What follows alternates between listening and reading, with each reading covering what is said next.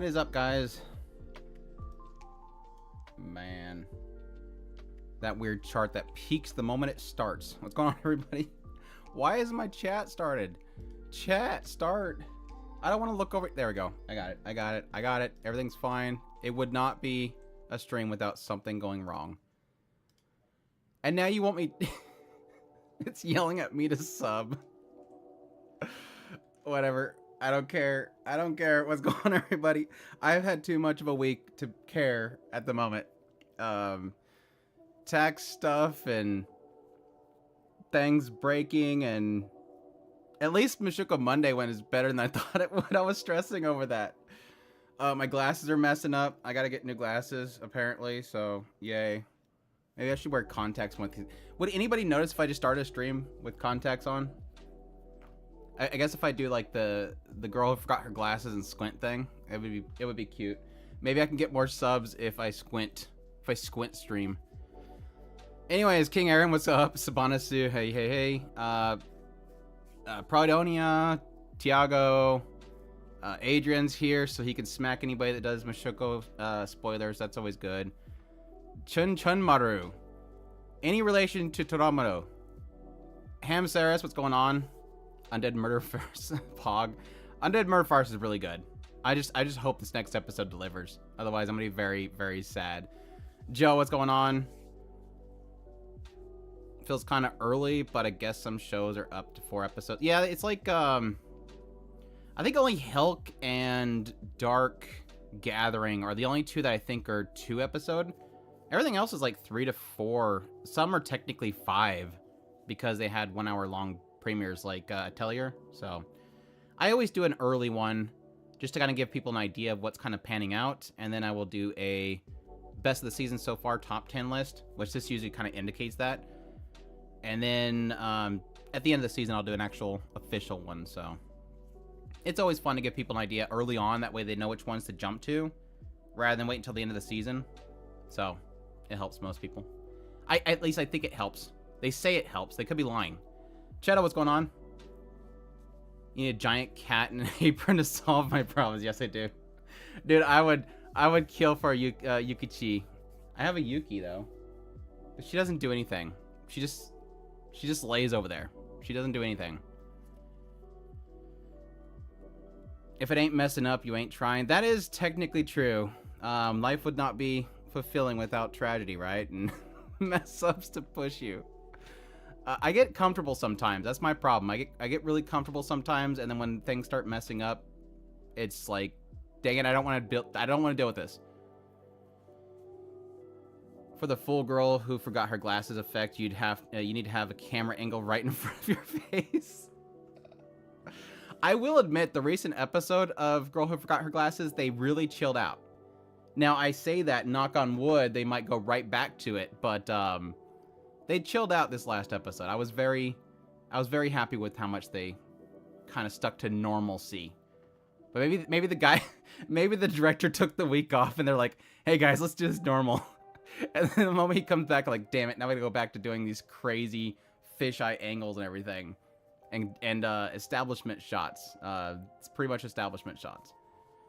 Here in spirit, I'm currently wrapping up my no alert, no lethal run on Snake Eater. You weren't supposed to, you just Discord message me or something and say you're not going to be here. Otherwise, all the people that want to do spoilers are going to start doing spoilers now. Relation to Kazuma's sword that Mega Man carried, or Negan made. Oh, okay, I got you. Okay, anyways.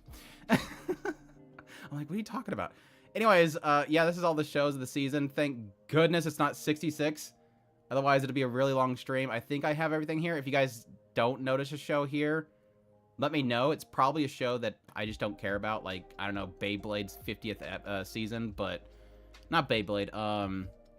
Redress plus Drive, Shadow Flame something. I don't know what it's called. I love Sugar Apple Fairy Tale. I'm addicted. This season's much better than last season so far. So far, again, knock on wood. God, the last season frustrated me to no end. Vanguard, yeah, Vanguard dress plus redress, dress, something, I don't know. But yeah, let's do it. I think it's like what 1, 2, 3, 4, 5, 6, 7, 8, 9 times 436. Yeah, we're getting up there. But anyways, 44 shows.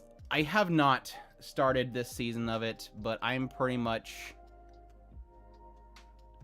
middle of the road for it. I think it's great. I think it does have sort of, it's kind of gets stuck in a formula, but I do really love the main characters of it so far. That is Sacrificial Princess, by the way. If I don't name a show, yell at me. Sometimes I do that. I think it's a strong B, yeah. Is good because a certain character is not there. Didn't they bring him up like not the last, yeah, it was the last episode. They brought him up again. I'm like, please don't make some stupid excuse for him to be here. Just don't make some stupid excuse for him to be here. It's like, why does this guy always have to go everywhere she's going? Liar Liar. The recent episode of Liar Liar was good. I actually enjoyed the recent episode. I think the first episode's pretty solid. Then it kind of just gets very shrug. In the last episode they had, which I think is 3, maybe 4 episodes. The recent episode was pretty good. It still has too much of that, like, it doesn't rely too much on all according to Keikaku kind of stuff, but it still kind of does. But I'm liking it. I'm liking it more than I do most of these types of games. The problem is that it doesn't look great most of the time. And it should have more ecchi. I feel like it needs more ecchi. I'm sorry to say that for people that don't like ecchi, but I think it's kind of prime for ecchi. I'm gonna put it in C. I don't think it's terrible, but it's not great either. Like, I can't really think. It's kind of one of those shows where I don't rush to watch the episode when it hits in the week. Such disappointment for me. Really wanted an in-depth, no game, no life classroom of the elite. That's really what I got vibes of too. Setup, but it seems to be skipping a lot of the, not explaining things nearly enough. Yeah, and I think there's a nice, there is a struggle with kind of balancing how much you adapt and don't adapt, because you don't want to get too wordy. Novels obviously want to be super wordy, and we love it for it, but pretty mid to bad adaptation. You should do an ecchi tier list while sipping wine and dressing in suit and tie. Sure. I wouldn't mind that. I'm perfectly fine with. I mean, every year we do a top 5 list for the ecchi shows. We're like one of the few podcasts groups that actually does a ranking for the ecchi shows. Bookchan, I have not watched the recent episode, but as per usual, I'm really liking it. I just love the characters a lot. This season hasn't gotten me too much, so I'm still waiting for the hook for this season. But at least it feels like things are progressing. I'm gonna put it high B for now. I might bump it up to A. I do really like it. I think it's super charming. It's such a charming show. And despite it being CGI, it looks really good. I have a lot of shows on my list I haven't started. Rurouni Kenshin's on. You haven't started with Zom 100? Crazy! Everybody's hyping that like crazy. Try to catch up this weekend. I will admit Zom 100 is getting a little bit too hyped, and I'm trying to avoid it. Not that it would change my opinion on it, but there seems to be. I almost feel like Zom 100 is gonna be one of those shows because people are hyping it up too much. I think by the end of the season, it's going to turn into an ex-girlfriend. And for those who don't know what an ex-girlfriend is, it's basically a term that Otaku Spirit Podcast has deemed anything that gets really popular, and then suddenly the people come out and go, actually, it was never good. It's a terrible show. And all the people that's hyping it up are just terrible people. That's an ex-girlfriend. It's like in the idea that you used to like it, but now you no longer like it because it's with somebody else now. Anyways. Classroom for Heroes. I'm actually liking this one. I think the first episode's super annoying. Blade, the main character, was like Asta from Black Clover.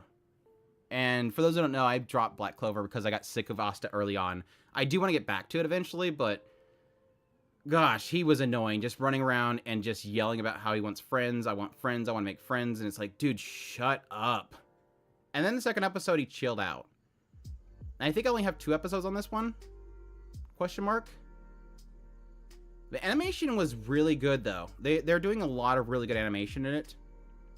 The setup doesn't really intrigue me too much. It's just basically the rejected hero. Not the rejected hero, the disenchanted hero. I didn't want to be the hero. People died, and they were mad at me for letting them die hero. I want to get away from being a hero kind of story. There's actually 3 stories like this season, which is kind of funny.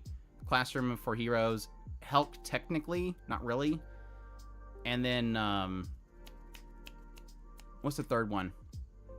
What's the third one that's the hero? The no longer hero. Come on. Brain. Oh yeah, the level 1 demon, of course. 100 friends and make sweets of them. Or make sweets for them.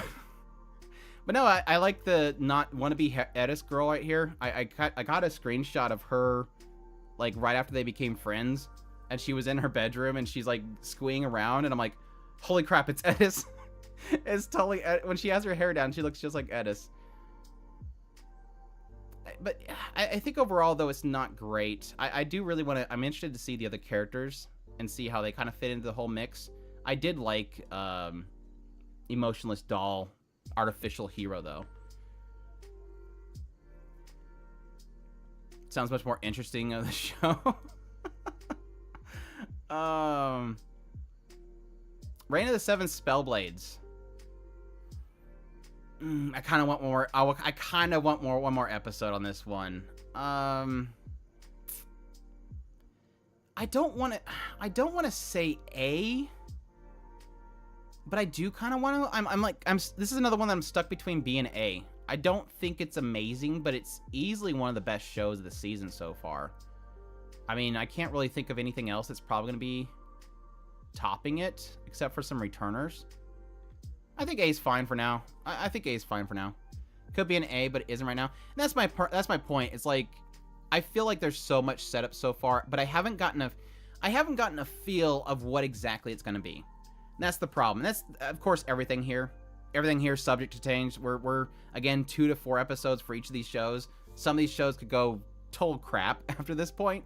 It's kind of expected for a lot of these shows to go crap after this point, because after the 2 to 3 episode point, that's when they usually get into the following chapters or volumes, and then their concept that they originally sold the source material on doesn't have any legs.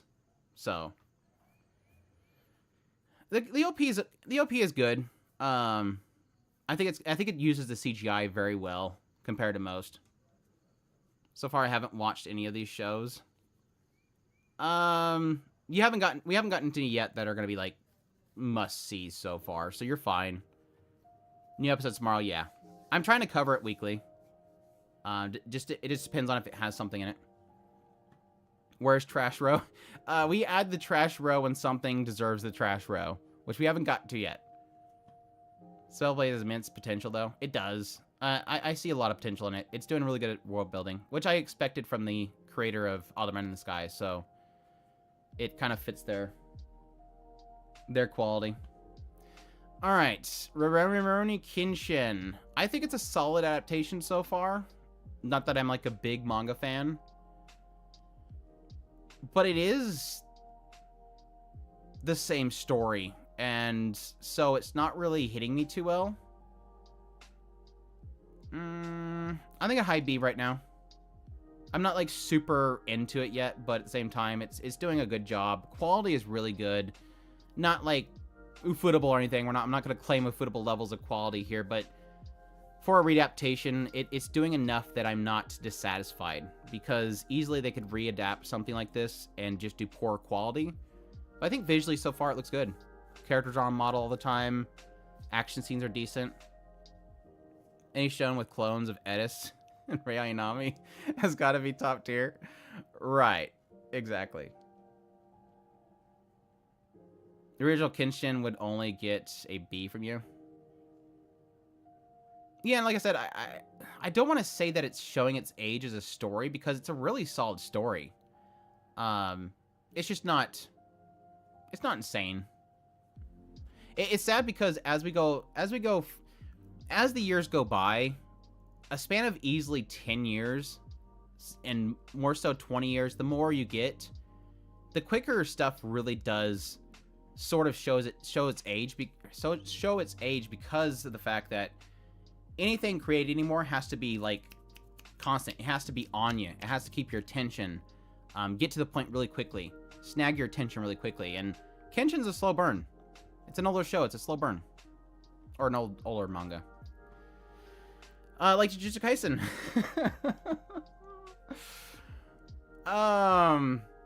Yeah, today's episode. Not that I'm too surprised. Obviously, one side of it's a big fake out. The other side could be a fake out too, but yeah. This episode was a little bit crazy. I think it's a solid A, probably. I really do like Gojo. I think Gojo's like the only character that I really do like in the show overall, except for the fish guy. So to get a show with Gojo is great. But it's doing good. It's doing really good. It's very entertaining. Chemistry is really fantastic. The story concept there is, well, not super deep. It's got enough drama there that I'm enjoying it. As to if it'll hold me beyond the past story stuff, that's the question mark, because like I've stated before, with like season 1, besides some of the fight scenes and besides Fish Dude, besides Gojo, I don't really care for the story. It's really only kind of holding my interest because of the animation. But yeah, there was a lot more animation the first season. I could definitely see that, but they had much more set pieces, I guess, to go with for animation wise. If it goes as it has been, it'll be ending an S tier. That's the question mark. Don't we have like one more episode and there's like a massive delay? Not delay, but a break period. They like released like this crazy chart for the episode releases, and it's like, okay, that's some great confidence there that we have such a messed up schedule for releasing the episodes. 2 more episodes then a break. I'm not enjoying it. Jujutsu, weird choice to go back in time so much. It's like totally different anime. Well, I mean, it makes sense because Gojo's, well, to me it makes sense because Gojo's so like popular. He's literally like the most popular character in the show. He's one of the most popular characters in general right now across anime. But yeah, it's kind of dumb because past stories are kind of broken in the sense that you know who's gonna die and who doesn't. So it's like when you have this epic like death scene, it's like, but the character's in the current time, so it doesn't make much sense. So I don't know, the fake outs are weird. Helk, I just watched this last night and I really like it. I really like it. Yes, most of it is Vermilio. She's so freaking fantastic. Vermilio is what's his face from Heavenly Delusion, right?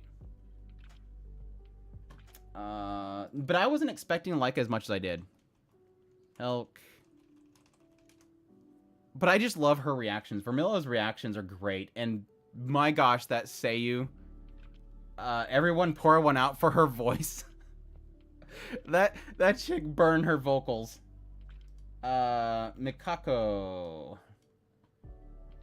Komatsu. It's not her. Wow, I was convinced that it was the girl from Heavenly Delusion. God, where do I know her from then?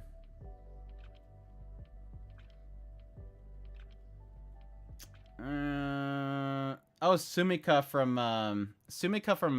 Isekai Jisan. That's who I'm thinking of. I love her. She's so great. Yes, Helk's voice is great. They're doing a great job of portraying his character. He's just lovable, super lovable. Read Helk some time ago and it surprised me with how good the story was. It seems like it has actually a lot of thought put into the story for sure. Like, the moment they went to the town and the town was empty and stuff, I'm like, holy crap, this is gonna actually get really interesting. Like, there's a lot of potential here for something really twisted. Hill's comedy hits much better in episode 2 for me. They both work for me. Like I said, I really like Vermilio's reaction stuff. Now, outside of Vermilio, yes, technically the comedy wasn't really there, but it was mostly react comedy. Yeah, her reactions are a very different thing. Blowing up the towers every 2 seconds. Yeah, and it could be a masterpiece, and it seems like they're doing a really good job of it so far. I think I didn't help to my list, but if I do, I'll have to cut something else in the list. Probably vending machine. Yeah, get rid of vending machine. Just, no question, get rid of vending machine. Vending machines. We'll get to it. We'll get to it. Anyways, this is really, I'll put it in S for now. Again, this is for this season. Doesn't mean that this is a 10 out of 10 show. It just means for this season so far, this is S tier. I might bump it down to A as I put some stuff up, but I don't know what else I'm going to be putting up in S tier right now. The machine is horrible. We'll see. We'll see. Mushoku Tensei Jobless Reincarnation. I'm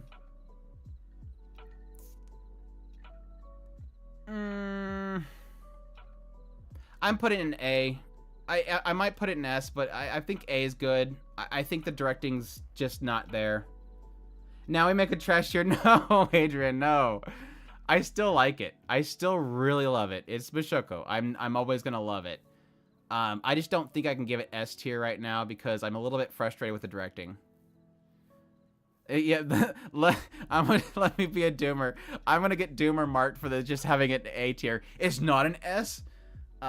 It does need the old director back. I hope that some of the feedback pushes them to bring them back, but I doubt it. I think the old director ran away. I still think he's tired of. He didn't want to do it.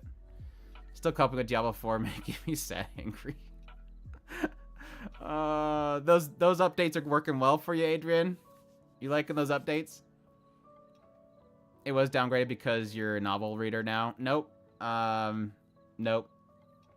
Just nope. I made a whole video on it, and if you don't want to believe me based on my video, then that's fine. Because like I've said several times before, I watched the first season, absolutely loved it. I read the novel series up to volume 6. I realized that what was missing didn't change my opinion of season 1. I still rewatched the first season. I still think it's amazingly adapted. And so, despite the fact that I've read the novel first and I'm watching the show now, doesn't change the fact that, no, it's not as good as of an adaptation. I literally bought the Blu-rays. I still love season 1 despite reading the novels. Man, my only friends love it, but source material readers is going to sideways. No, see, let me be perfectly clear, because this keeps being brought up. It's not so much what's being skipped. Yes, I can make an argument for that. I don't think that they're portraying his depression well enough, because they're not really doing much of his inner dialogue. My problem is the directing in general. The show is skipping forward. It doesn't let you sit in the moment itself. The camera angles and perspective shots are just very plain. There is a lot of issues with the show besides it not having this inner dialogue right here. It's not an adaptation issue, it's just a quality issue. The visually, animation-wise, it's still like 99%. It's better than 99% of the shows out there in a year. So, it's not so much the animation. Besides the tree. Besides the tree. But yeah, I will admit, the inner dialogue missing does frustrate me, but that was present in the first season too. But it didn't bug me back then. Anyways, I can talk that to death. I could have a whole live stream talking about my issues with that. I did a whole video on it. I had that video this week wasn't me being a doomer. That's just getting off my chest. Yeah, the scenes don't seem to connect sometimes. Honestly, I don't understand how they rush so much. Volume 7. Doing 3 instead of 4. And it could be possibly the fact that they don't see the 7 as being that valuable. Which is perfectly fine. I can see that, but It is a very good volume. Personally, super nitpicky when it so the personally feel like it could be better, but it's still better than every single other show out there. Right? Well, that's why my whole point is like, it sucks to be the person to say that, but I do fully acknowledge that there's things out there like Berserk's adaptation and Spider So What's adaptation, and yeah. Anyways, level 1 Demon Lord.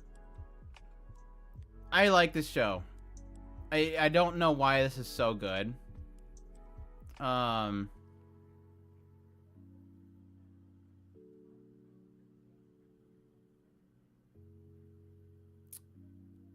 High B, low, or high B, low A, I think. I'll put it A for now. I'm really enjoying it. I wasn't expecting to enjoy it as much as I do. I actually do like it, yes. I think the only parts I don't like is I think the hero depression stuff might get a little bit too much because it doesn't feel like it's going anywhere so far, and they keep hitting on it. But I do like it. I really do. It's a lot more wholesome than I thought it was going to be. I thought it was just going to be a dumb comedy. The ghost in the closet was hilarious. I like how they just have the ghost and they never want to explain the ghost. Hey Aaron, how's it going? Waiting for Nier Automata so I can start watching some new anime. Yeah, good luck on that one. You know it ain't happening. Can't wait to be able to react to people to react to Ellen Elise. Well, they already should have. I mean, we had like what 3 episodes of it. Underlying complexities and storylines are very good. Yeah, it's a lot deeper than I thought it was gonna be. It falls flat for me, so I got it as a C. You have level 1 Demon Lord as C? Really? Ugh. I like it though. I hope it holds up though. That's the big question mark. I don't blame you. There are some parts of it that are a little bit flat, and my biggest fear is that it could be one of those shows that's gonna fall apart really quickly.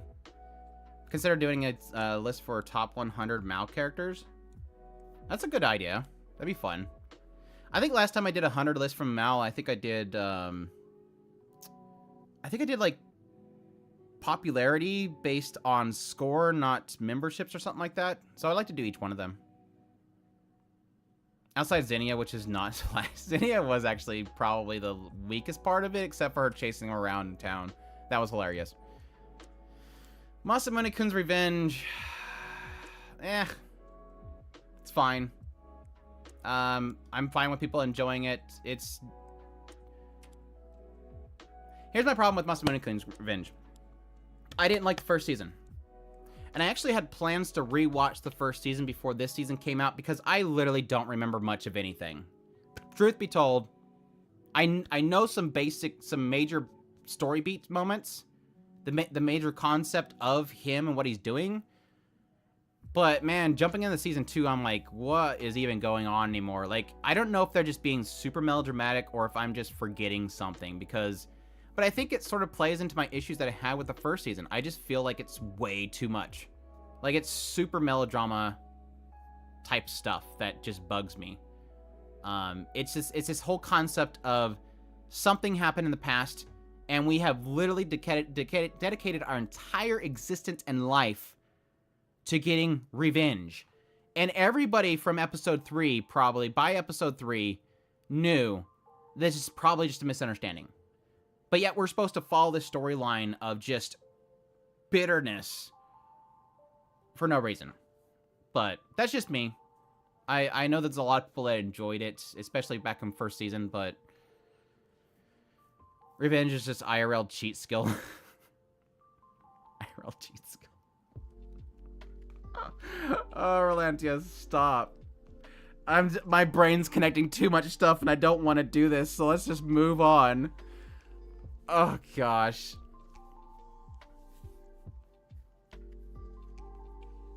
I got so mad I read ahead just to soothe my anger. They got you, apparently. Can I ban mention of cheat skill now? I'm joking, but just time them out. Rolantios gets a timeout. I'm joking. I cry when there is no farming isekai. It is a season of no farming, isn't it? Until one of these shows. Well, no. This will probably become a farming isekai. I'm sure Sweet Reincarnation will get into farming. He's got to make his sugar, even though he can just copy it. Still waiting for Madhouse to get off their butts and back to making more Hajime no Ippo. No, Madhouse is making Frieren right now, and that's all they should focus on right now. And I'm super hyped for it. My Happy Marriage. I'm putting up an S tier. I'm really, really, really liking it so far. And I think the plot really has gotten really good in the 3rd episode. Like, first, like, early on, it's like, this is just gorgeous. The show is too stinking gorgeous looking. Then it was, like, heartbreaking and kind of mean, which is, yes, in a sense, very cheap with the whole, oh, now her life is so much better. You guys want me to do left to right now? Yes, I think it's better than Hulk.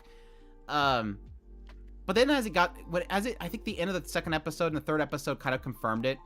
There's going to be a solid plot line behind it, which, yes, is going to be in the supernatural stuff, but I think it's doing well enough to kind of keep it grounded, and I like that stuff. I like when you have supernatural, but it feels like it fits the world. It's not like suddenly out of nowhere, there's a big Oni in the middle of the town, and everybody's fighting it with lasers. No, it's very grounded. It feels like it would kind of exist in an actual society. Like, you even have characters like, oh, there's none of these stupid spirits anymore. What do we even bother? We're never going to get deployed. And they get yelled at because it's still a threat. A rate S tier, and I haven't even watched episode 3. It's good. Episode 3 was good. Seems like a slow burn. And it's only going 1 core, right? That's my only real kind of fear right now, is that it's going to be a single core. I don't know how much they're going to cover with that. Yes, one of the best OPs. The OP is gorgeous. It's like Kyoani levels. Like, Kyoani levels of gorgeous, and the song is beautiful. It's probably easily my favorite OP so far. Would probably have to give it a B, but right now it's probably a high A. Kind of tired of rom-coms, so it's great anime, only focus on romance.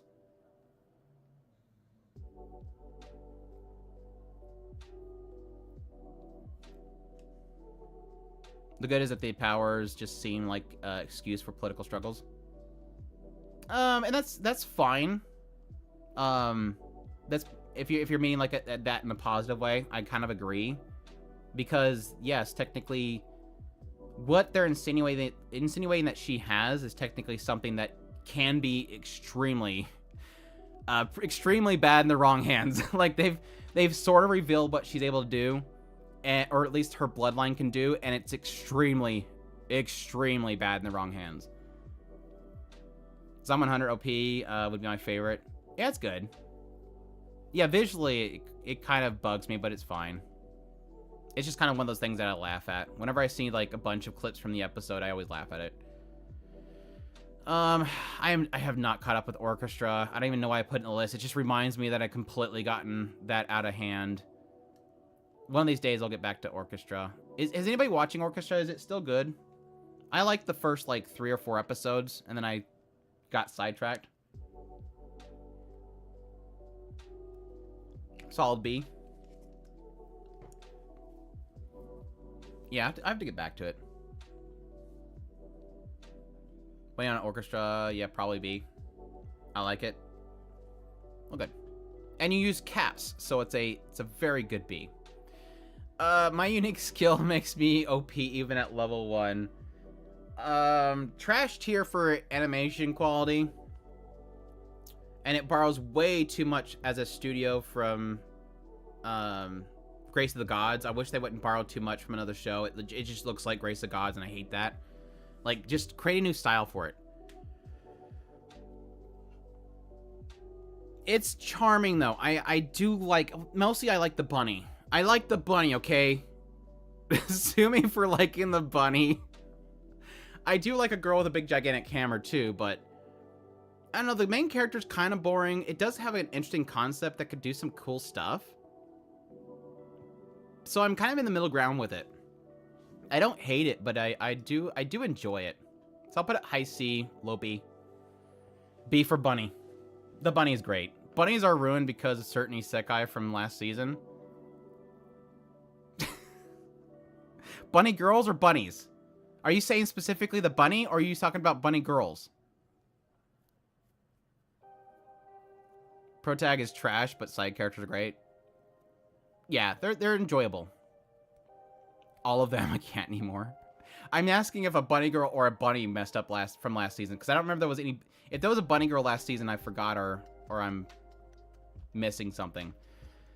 The Masterful Cat is depressed once again. I really like it. I really, really like it. I'm gonna put it high A. It's super wholesome. I love it. I think it's super cute. I hate the only thing that's keeping it from an S tier really is the fact that it has too many establishment shots. Like, I'm not kidding. It feels like 40% of that show is just skyscrapers and stuff. It's like, I know where you're at. Please stop showing me the stupid roads, the stupid CGI cars, the stupid buildings. I don't need to see them every 2 seconds. But everything else other than that's really great. You can never have enough establishment shots. Apparently, if you're Gohan's, no, you cannot have enough establishment shots. I felt intimidated by the cover. Nobody can ever outdo that cat. Is that the intimidation is the cat? And I'm not even bothered by the CGI cars. I'm not bothered by the CGI buildings. I'm just sick of seeing them. And I'm tired of seeing under people's feet. I know there's, I don't know. I'm guessing somebody at Gohan's has a feet thing.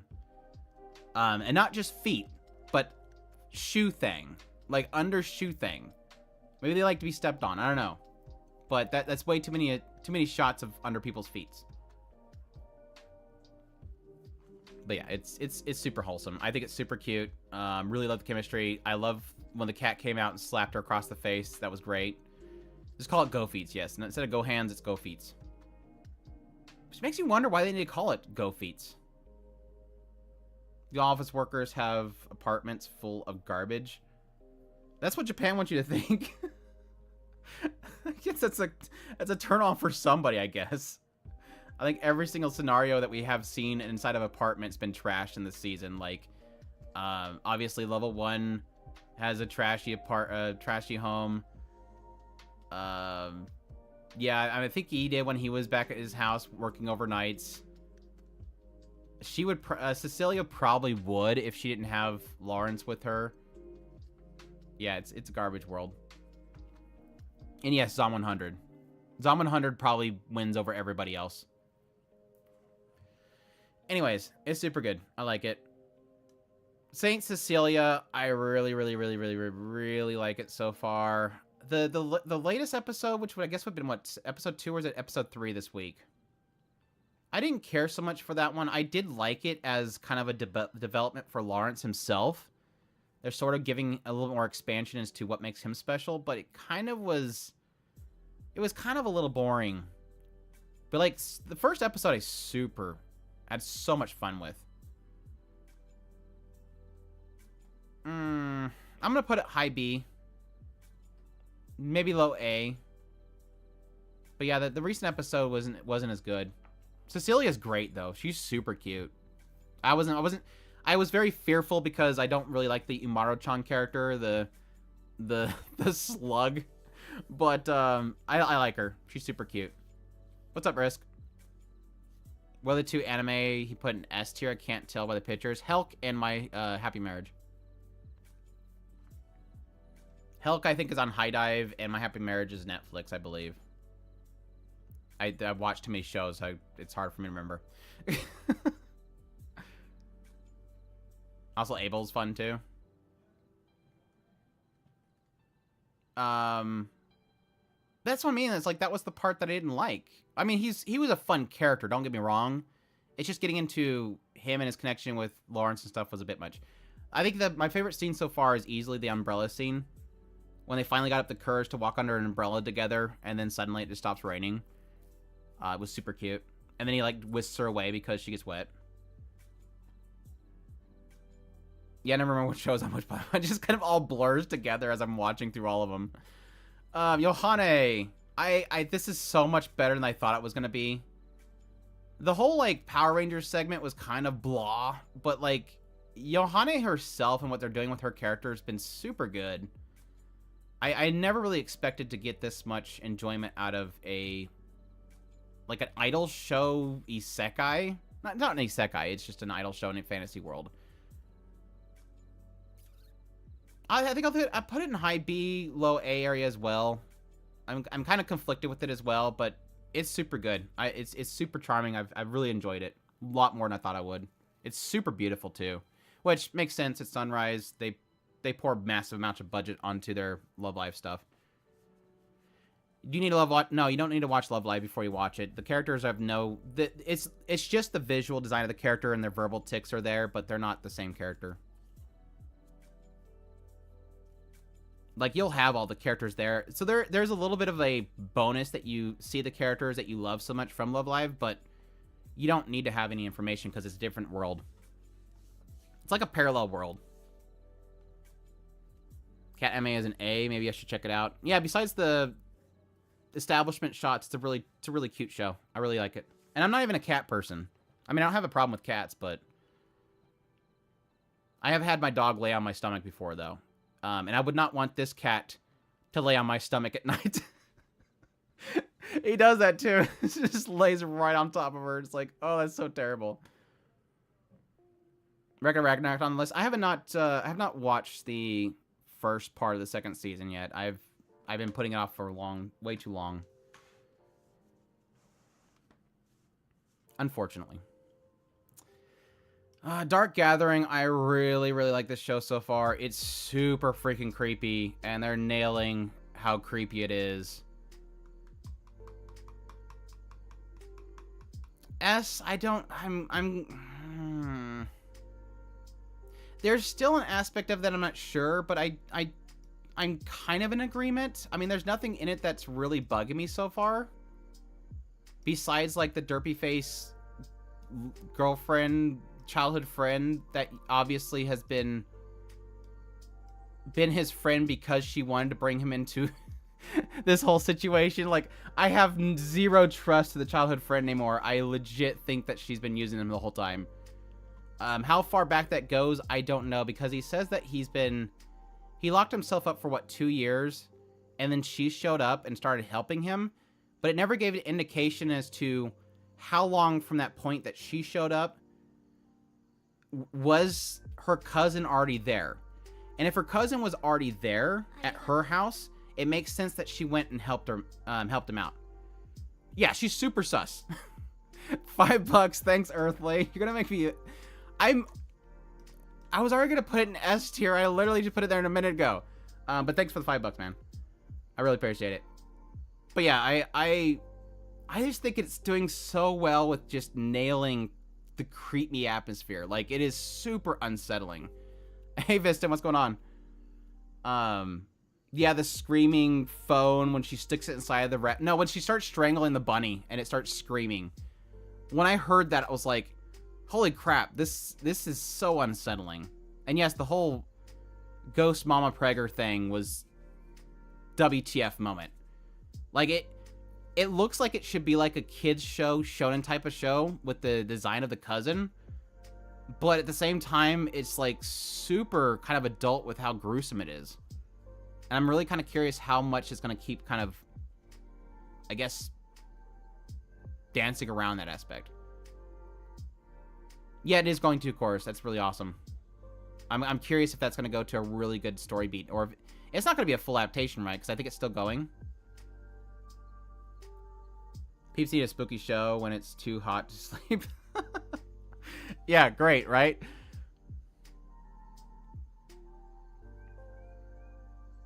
Just hoping it does Dark Gathering give you an old school vibes? I mean, old school, like, OVA horror type show, I think it does.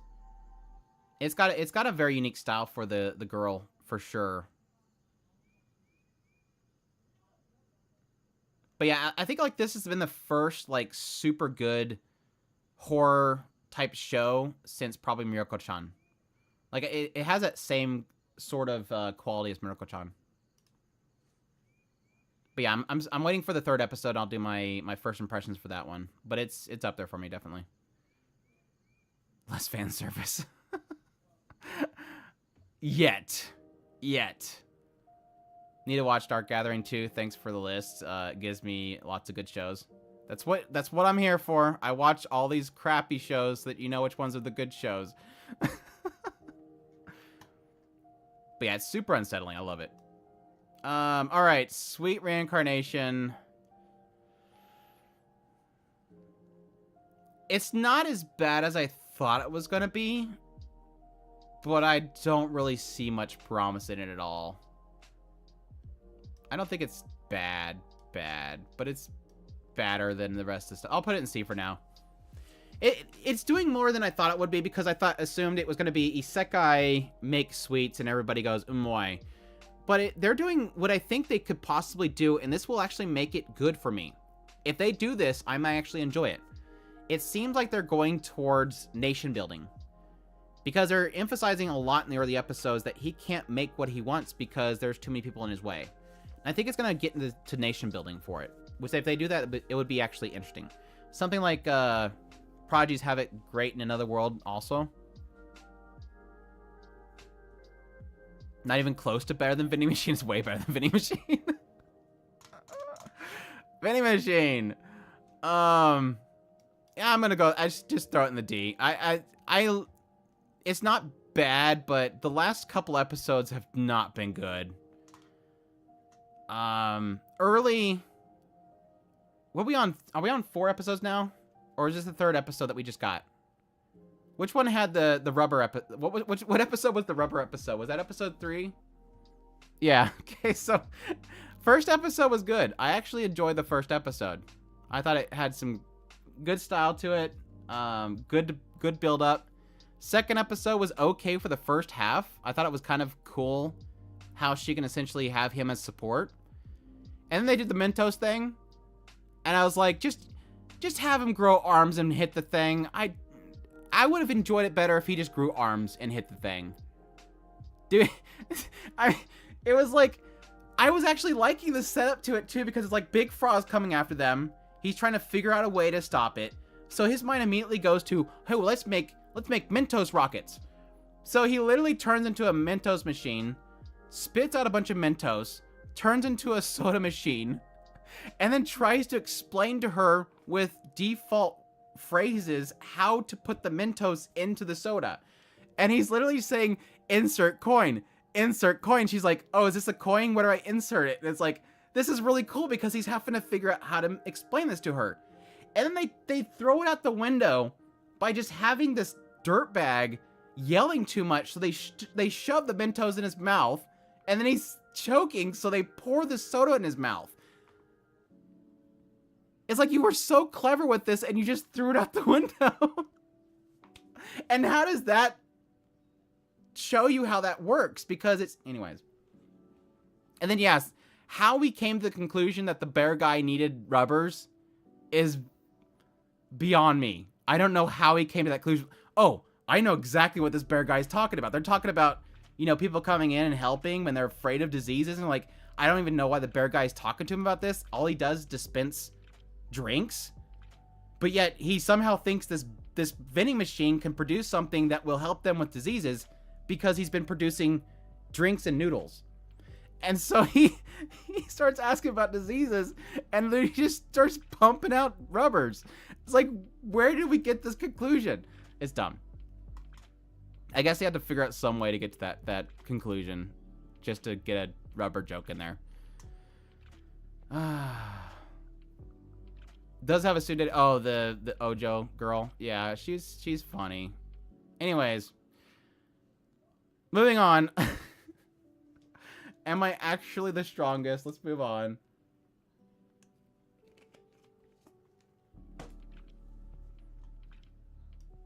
First episode's pretty funny. Beyond that, it's just cute. The sister's super cute. I think it's a solid C.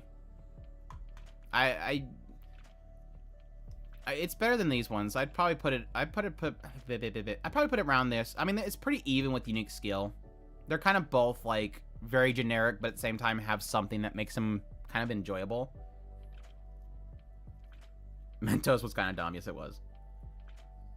Just you wait, Vending Machine will beat Mushoku Tensei. I'm always open for any of these shows doing something really incredible. I'm not even against that. It's fine. Not gonna lie, it's been kind of fun. It has been fun. I think a lot of my enjoyment's just really around how cute the sister is. It's like, it's literally turning into Protect the Cute Smile of the Sister of the anime. Like, he's literally turning into a big brother that just wants to make sure that his sister's happy. And I think that's super cute. The first episode was just like super raunchy with the demon chick, and then she disappears at some point. Like the whole first episode was like super like over the top with the aspect of he's super hungry, so the first thing he thinks of is telling her that he needs breast milk. And she literally is like, oh yeah, sure, I could do that for you. Turns into a hot chick, and then it's like, oh wait, I can't produce anything unless we do something. And so she's just like, hey, do it with me. And it's like, what? But yeah, that's been pretty much it with the Frey or whatever her name is. Like, she just disappears. Like, she was super funny in the first episode, and then she just disappears. The Netflix chick was probably, yeah, I like how it just was, I'm not gonna, it just, was it the third or fourth episode? He literally goes, she wants to know about anime, and I want to give her anime, so I had to figure out a way of getting her anime. And so I'm thinking he's gonna, like, create anime, like, he's going to make frame by frame and actually make an anime. But no, he literally just goes, well, long story short, I don't want to get into the details, but I made a connection to the internet back in Japan. Okay.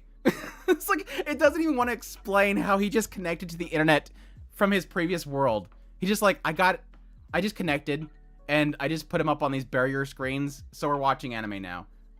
Don't ask questions. I'm curious if the source material was like that too, where it's just like, I don't want to explain it, but I got internet connection. The most outrageous too long didn't read. And it's not like I need an answer to it. I don't really want them to explain it. So it was literally one of those moments of like, yeah, you don't have to explain it. I don't really care at this point. The source does have some explanations. That's like, I don't need him to explain how he makes a clone of himself with a barrier magic. He's got it in with Elon Musk. Maybe the god of that world that transformed him is like, I don't know, Elon Musk himself. Got like Isekai Starlink. Or a really, really good cellular connection. I don't know. I thought it was going to be super dark with the episode 2, but then nope, we are going Netflix in episode 3. We're in another world trying not to get my sister, who's really, really smart, addicted to anime and become an otaku. That's literally what it's turning into. I don't want to turn my brilliant sister in another world into an otaku. Oh yeah, and also beat up my old brother and sister. Or at least my old brother. So the Vending Machine anime didn't work out. The first episode was good. The second episode ended bad, and the third episode was shrug. It's still got its moments. If you want to see how it gets to a conclusion of making rubbers. Sensuality. He already ruined her. He did. She's super cute, though. I think she's literally one of my favorite sister characters this season. She's super adorable. Sensuality. I was checking ruins, and suddenly a girl who's the key to the future falls in front of me and is the most powerful assistant to my mecha so that I can destroy everything and save the world. It's good. I like it. I think came into it with zero expectations. And this is the one that, who was the creator of this one? Was the K, it wasn't the K series person, that was Ayaka, right?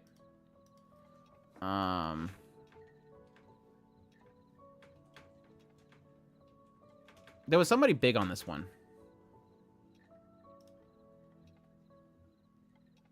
I guess I could check my doc. Like, I'm gonna look up on Mal when I could just check my doc. Nobody's watching my videos because nobody's called it out yet. God, somebody should know. Wow, it's all the way at the bottom. Holy crap. Bunny Girl Senpai, that's right. Bunny Girl Senpai writer. I have no clue how that connects at all. Bunny Girl Senpai, just because in Sakura-cell, I have no clue how that connects to this show at all, except for really cute girls that are going to be all over the main character. He knows how to make a harem, I guess. which tells me that at some point the main character is gonna get with the pigtail girl, the not Becca, and he's gonna start hanging out with not Becca, and then later on in the series, after being away from this Magus girl for the longest time, at the last episode he's suddenly gonna go, sorry, I can't be with you, Becca, and he's gonna jump in his mecha and go back to the Magus girl. That's how all of this guy's stories end, except for Bunny Girl Senpai. I don't know if that does that. It could. By the way, I love the Roxy animation. Yeah, the creator is that link on the top, if you're curious. It's through Wallpaper Engine. Nor has some good Mad Max vibes.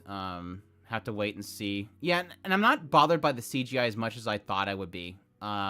It is not great CGI, but at the same time, it's a lot more polished and it blends in well with the environment and everything more than I thought it would be. I still think like the trucks and stuff look a little off, but the mechas and stuff I think are doing a good job of blending it in.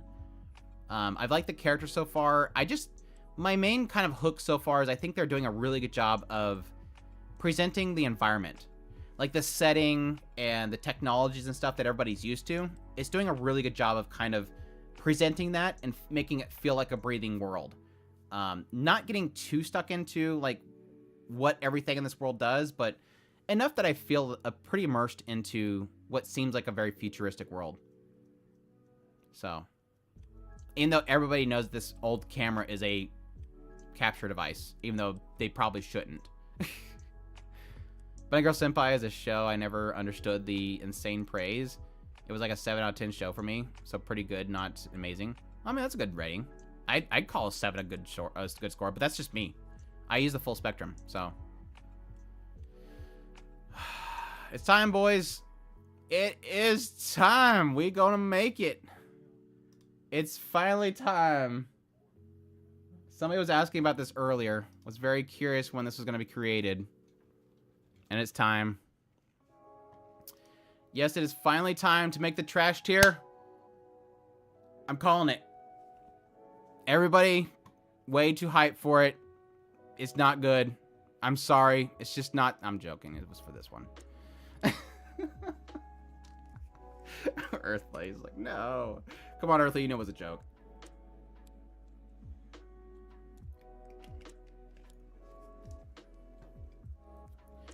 Rag is trash. It will always be trash. I don't care if this arc is supposed to be the best arc. I don't know. I've heard this is the best arc, which is not saying much, honestly. But I've yet to see when this becomes a good arc. How long until this arc becomes a good arc? Because this is supposed to be the good arc. Or is this it? Like what I'm experiencing now is literally the best, and I'm not gonna get something really cool happening.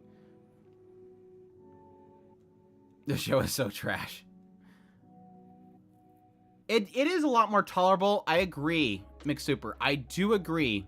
I'm not wanting to puke every 2 seconds. I'm not nauseous watching the show. I'm not getting annoyed. I am still annoyed because of how much he keeps, like, dragging on people when he should just literally be clear and say, I don't want to be with you, even though we're supposed to be boyfriend-girlfriend. I hate that stuff so much. Because he's literally playing up this idea that he's in a relationship when he's not wanting to be in that relationship. And I hate that crap. But he's still like a completely unbearable main character. I mean, it would be spoilers. Like I care. You can just send it to me in Discord, I guess. Yeah, the neighbor was super cute. And she seems to be pretty decently level-headed. Well, that's the thing. The whole cast is amazing. Like, the seiyus of this show is literally what initially drew me to this show. When we were doing, like, coverage of it getting an adaptation, they were doing, like, PVs for each of the VAs. And it was, like, massive hype because every VA was somebody crazy. I mean, now Toyama, Aoyuki. The cast is insane. It's just the show sucks. The show sucks. The girls are great. The main character sucks, and the storytelling sucks. Yeah, Minnie is carrying season 3. But sir, waifus. If I could enjoy the waifus and not see them in terrible situations with the worst male protagonist ever, I would be fine with it. Oscar the Grouch throws the show back. Anyways, it's trash tier. But yeah, this show is pretty much S tier. I'm super into it so far. It's pretty much reminded me a lot of like Fate Zero. And I know it's because it's writ by the guy that did Bacano, apparently. But no, I'm getting Fate Zero vibes. Just it feels dark and gritty. And I super enjoy it. I sent you a spoiler. How spoilery is it?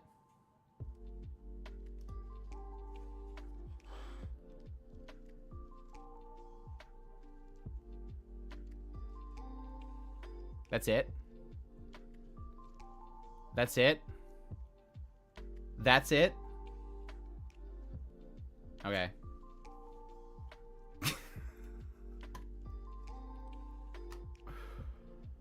Woo! Epic storytelling.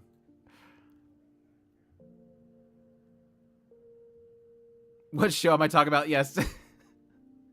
I'm talking about fake steak. Fake steak is great. I really like Fate Steak. It's like I said, it's got the Fate Zero. My joke is messing up the way that I'm talking. It's got Zero vibes. It's gritty. The Grail War itself feels so messed up, and that makes like question marks all over the place. I'm super loving it, so I can't wait for more of it. I felt like sometimes the animation looked a little flat compared to like the art style itself felt like it was kind of shifting, but didn't bother me at all. I just think it's super good. Got spoiled in the servants and boy. But yeah, it's good. I really like it. I cannot wait for more of it. Yeah. I haven't even jumped into it. I don't think I will.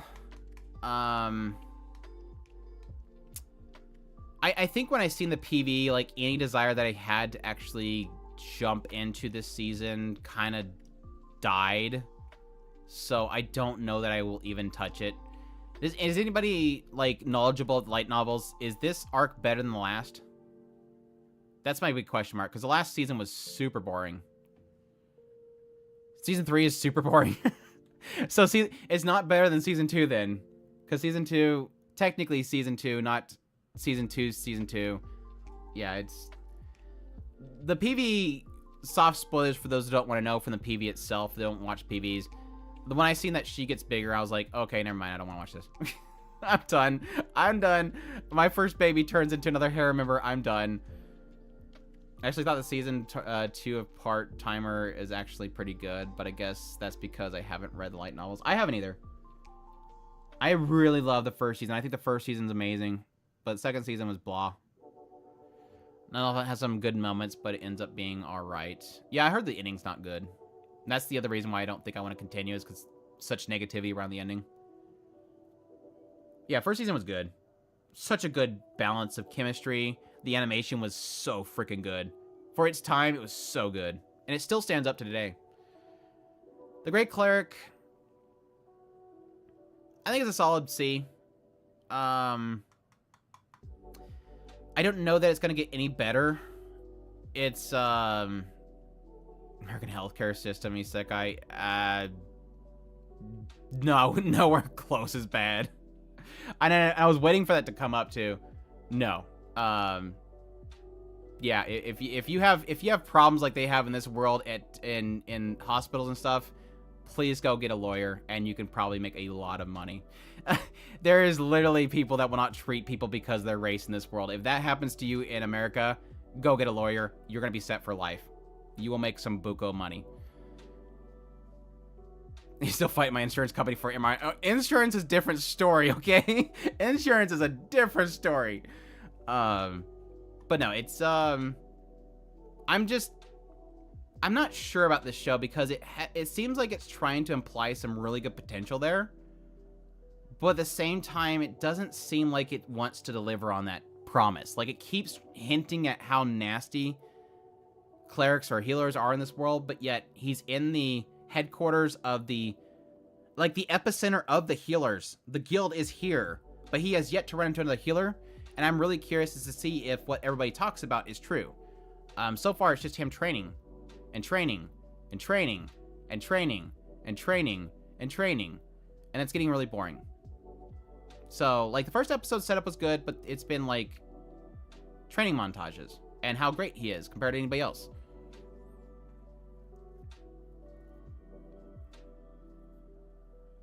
Yeah, this concept, but not doing anything with it yet. And it's so weird because the light novel looks like... The light novel literally looks like it's Faraway Paladin, so it doesn't even look like it's that serious. Let's see.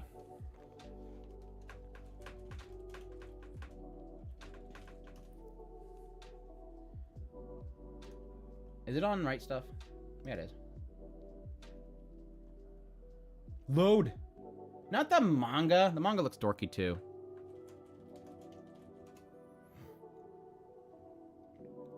Is the light novel not localized yet? Wow. I thought it was over here already. Novels.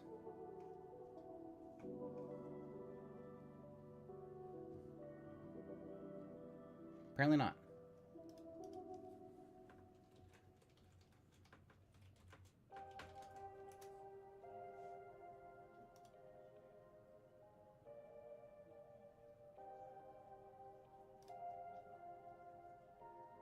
Why do we have a monitor so far? Because I have like 3 monitors right here, and I haven't moved my camera setup yet.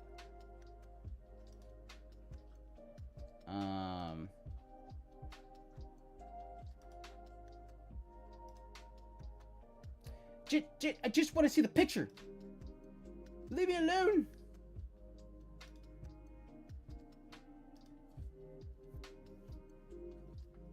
It's the anime about training and drinking drinks, spiked drinks. They're like crazy protein shakes.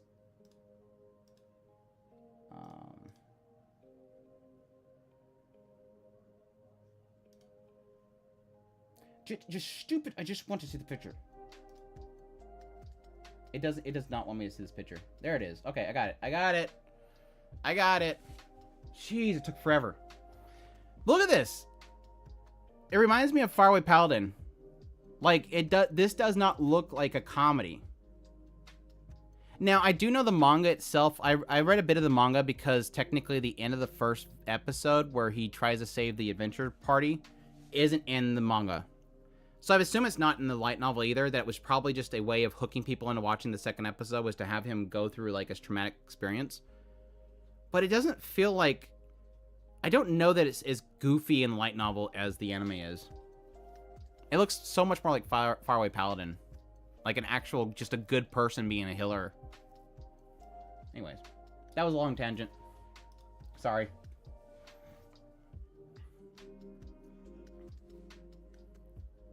That was a really good moment, too, with that in episode 1. I would agree if they actually delivered on it. My problem with that whole scene is that he experiences somebody dying because he couldn't concentrate. So it was like a massive opportunity for them to have him actually go through something. But no, instead they just show him in his bed for a brief moment, and then he goes charging off to the Adventure Guild. Why is that? Because it was never part of the story, so it just cut to him going to the Adventure Guild, which he never had any trauma to go to the Adventure Guild with. Yeah, it looks like a serious fantasy drama. I would really like to dive into it and see if it is the light novel itself is. Now the manga has silliness into it as well, but it's like not as silly. Like the whole like shoujo ikemen running that he was doing, not in the manga. So I'd assume it's not in the light novel either.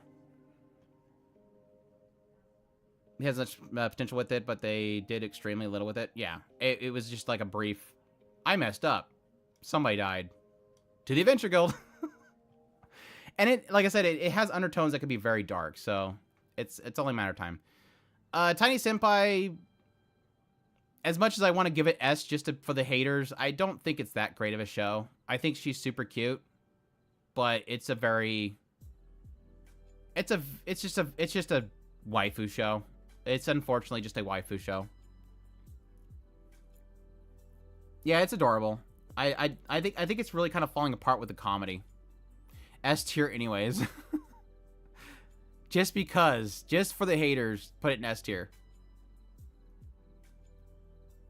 Yeah, and I think it pulls off the visuals when it needs it. Just like some very pretty still shots and stuff like that. But I just don't. The comedy itself doesn't seem to be working very much. It's just kind of wholesome in that department. The only waifu we need is Roxy. That's why. That's why I can put it here. Is because I'm not heartbroken because I have Roxy. So, sorry. And as soon as Roxy shows up in the show, it'll be S tier. It's gonna be S tier. Anyways. Ayaka. It's trash. I really wanted this to work because this is from the creator of the K series, and I really like K series, despite the fact that K series is very pretty guy focused. Ayaka's not good so far. It just feels like so far all it's doing is just introducing a bunch of pretty guys. And so hopefully now that the pretty guys are mostly introduced, maybe they can get to some good stuff. The recent edgelord boy they introduced is obviously the dark side of what they do, and that could possibly get into something interesting. But so far it's just, we're pretty boys, we tap into the ley lines, and we beat up Mitamas. Not the Mitama from Kamikatsu. Not that Mitama. Different Mitamas. Is the animation any good? It's okay. It's alright. The Mitamas are CGI, but it's visually okay. Annoying Senpai is much better than this one.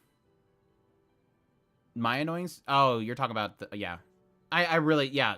My Senpai is annoying, or not my Senpai is annoying. Yeah, it is. My Senpai is annoying. Super good. I thought my Senpai is annoying is really good. And its supporting cast was like equally as good in that show. P tier for Ponsu. I'm really not liking perma amnesia. Yeah, I agree. It is kind of getting annoying.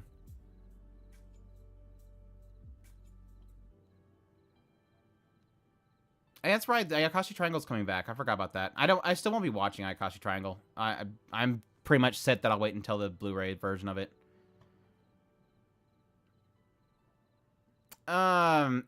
Heretical Last Boss Queen. God, this recent episode was super good. I'm not sold yet that it's... I think it's... I'm gonna put it in low A. I think low A is good. I will say that the second episode... I can't remember how many episodes I watched of these shows. I will say that the second episode was a little bit weak. And the beginning of the third episode was a little weak. But the rest of it I like. I like that she's OP. Like... the end of this recent episode, I was like, I'm just yelling like, just go over there already. We know you could go over there right now. Just go over there. And it's not great animation, and I think that's the only thing really kind of holding it back, but it still felt good. Like her what she's doing feels good. Like I like what they're doing with her character. My only struggle I have with the show so far is that they haven't really been very clear on if she herself is inflicted by her own memories of this world. I really hate that shows kind of dabble in the possibility of a character being affected by the memories of the actual person of that world or not. And they never say it outright, and I always get frustrated by that. But this has the potential of being really good if that's the case.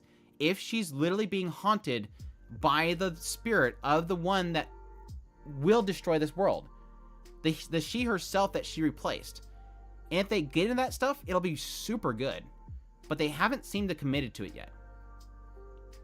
But I like her as a character. I really like her as a character. The potential is really good. We just gotta wait for the execution. Right. It's really in how it's going to define that. And I think that's going to be the telling if it's going to be a great series or not. And it's obviously still due for a time jump. Like, right now, she's still, like, 11. I think she's going to be, like, 16 or something like that based on the key art. Master, shall we put this anime next to Holy Relic? We can't put anything next to the Holy Relic. I hope she is I hope she is. That would make this series so much better. And it seems like she's conflicted by that too. Like, it's constantly weighing on her. This recent episode, and I don't know if it's a translation thing, this recent episode, she said something to the effect of, God, what did she say? She literally, the way that she said something, and again, it's literally, the choice of wording makes a huge difference. So I hope the translator is right in this. This recent episode, she said something in a way that indicated that she doesn't want to mess up this world again. So it's almost like she's taking upon her shoulders the sins of the previous route, basically. So that kind of indicates that there's possibly a blend happening, which I think could be really cool. Like this one more than most Otome game. Yeah, I think it's a lot better than most. I'm surprised they haven't made a Pyofuri anime. I'm not familiar with that one. Anyways, Dreaming Boy. The Dreaming Boy. Oh, the Dreaming Boy.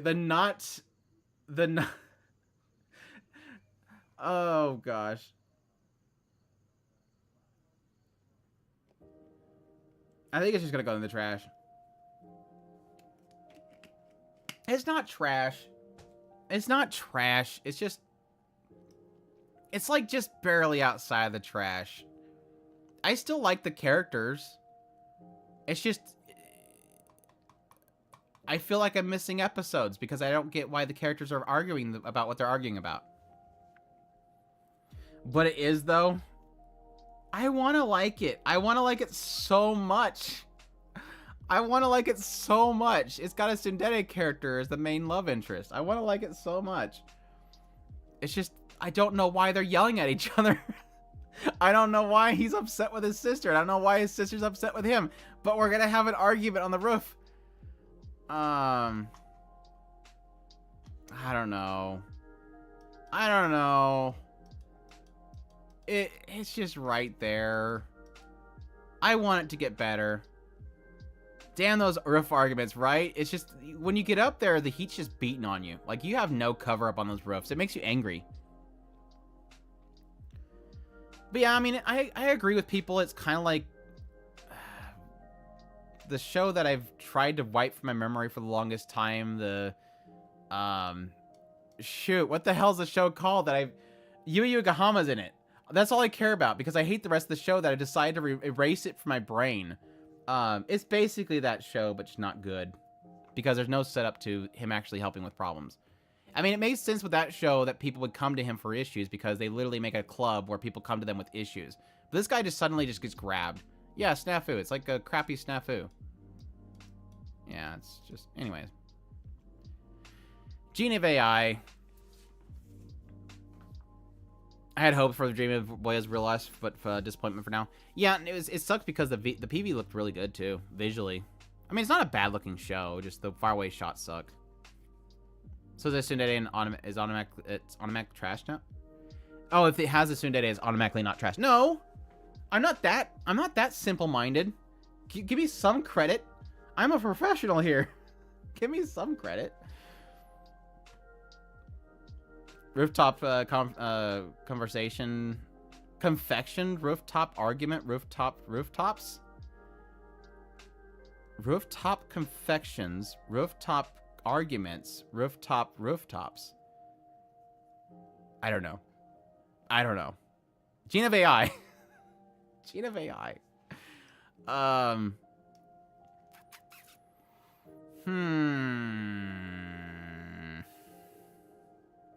It's got good world building so far. I like the setting.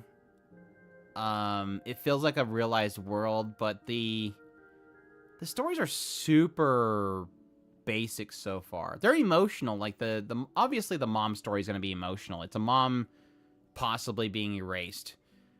But they're not like really deep stories so far. I think it's a solid low B. I'm gonna put it low B. I'm really liking it. It's just not incredible. Show has pretty mid art anime. I think it's got good like the character art design and stuff like that, no, it's not good. But like the tech art and stuff, I really like the tech art. But yeah, the designs and stuff are super simple looking. Like their designs are just not very creative. Got an idea for a rooftop isekai. There's been isekais coming off of roofs, so there you go. It is pretty much up there with Truck-kun and Casualties. Gene of AI is okay, but I don't like the visual presentation. Could be better show down the road, though. Yeah, and I think that's where I'm kind of holding my hope. I really do hope his involvement with his mom, the copy of his mom, will actually be a decent story. Obviously, they're kind of insinuating the possibility that maybe this AI was birthed from his mom, the copy from his mom, which I don't know, question mark, but it could be. B so far. B is fair. Got potential so far. Yeah, Madhouse is kind of downgraded animation wise with this one. Yeah, there's a reason why they're taking their time with this one. We all know exactly why right now they're not going bombastic with Gene of AI. There's a certain show coming up that Madhouse is going to put a lot of effort into, because it's going to be premiered on a film art channel. Frieren Beyond Journey's End. That one's got it. They've got to nail that one. That is Madhouse, right? Am I crazy? Nobody else is speaking up. I'm starting to question right now. That is Madhouse, right? I like that my keyboard's so uneven, so it just clunks when I'm typing. Yeah, it's Madhouse. Okay, y'all. The pause makes me concerned. Okay, it is Madhouse. Okay. I'm super hyped for that sucker. It is gonna be so freaking hype. Oh, I cannot wait for it. Yes, I mean Frieren. My German pronunciation is funny. Well, funny story there. I'll have you know, I'm not German. Nor do I have any knowledge of German. I mostly go by whatever Japan decides to butcher German names with, even though they keep deciding to do that. I got faith in Frieren. It's gonna be a banger. Hey, nobody's complaining about my pronunciation of it. I've done like 5 videos of it so far. You're the only one that hates my pronunciation of it, so that's on you, JMB. Hoping for an adaptation that surpasses the source. I really like what I've read so far, and I've pretty much read what looks like is in that PV for that first episode, that 2-hour-long episode. I had some Germany, but never taught me German.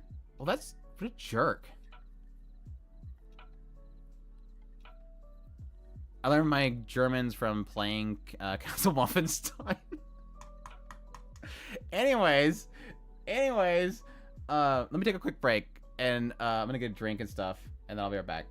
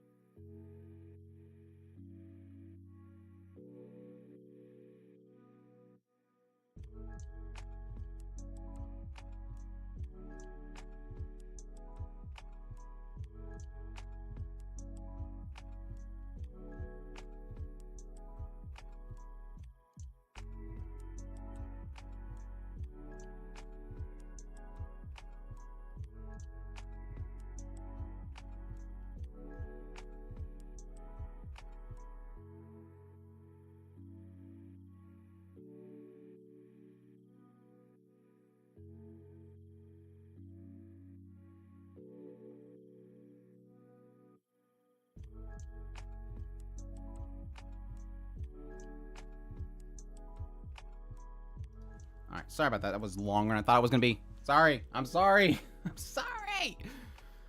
Ugh. You're spoiling stuff in the chat? Philip's gonna get banned. Yeah, the Bishuko Mondays have been rough lately. I hope you're enjoying them, Magenta. I haven't even gotten started editing this next week, so it's probably going to do after I get done with this is jump right on that and start editing. I got ahead of the Bishuko Mondays, and now I'm getting behind already because this week has been catch up. I don't know, Adrian.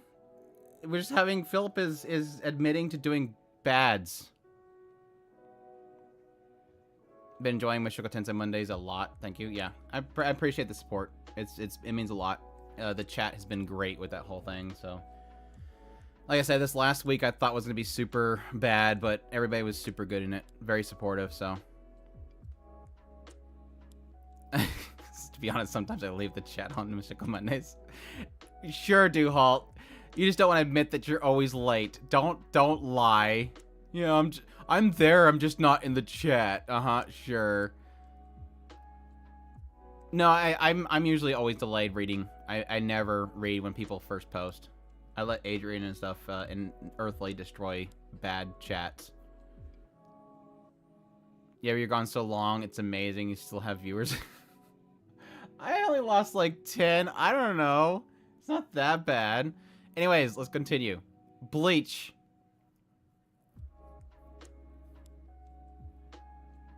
I should have done Bleach before I came back. Just do it when I was off.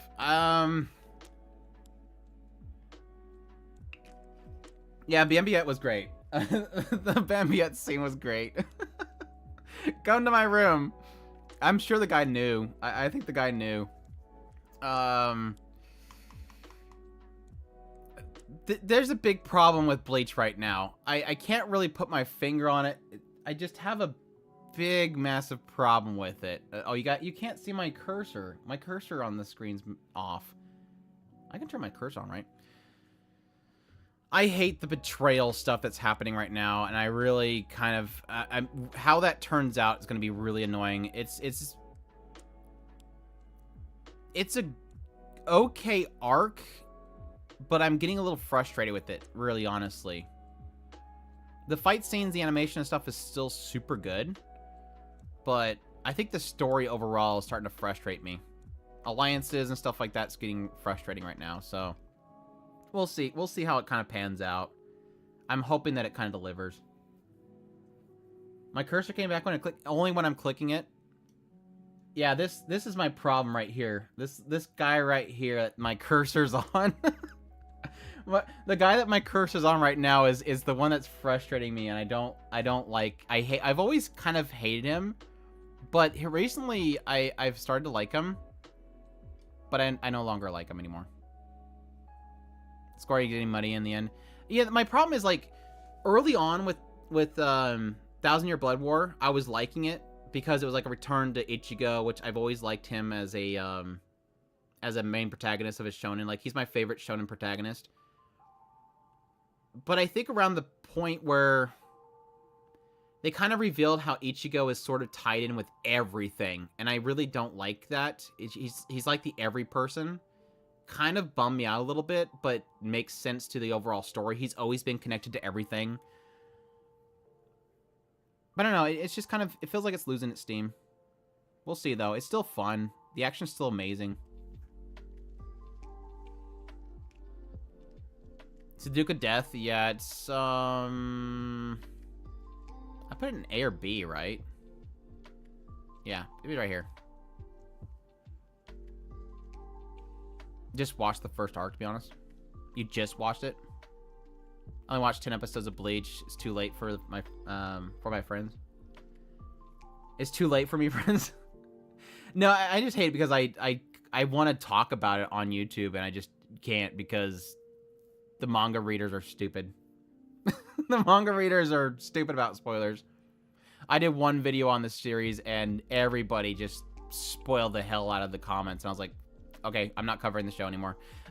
I literally, every comment was literally just, no, this is happening. No, this character's not dead. No, this character is dead. And it's like, okay, people, moving on. I'll cover other shows. That's like some people get like a little bit upset about certain communities. That's like when I'm covering Mushoku Tensei, there's a lot of people that are like concerned about me getting spoilers, and I'm like, if you think about it,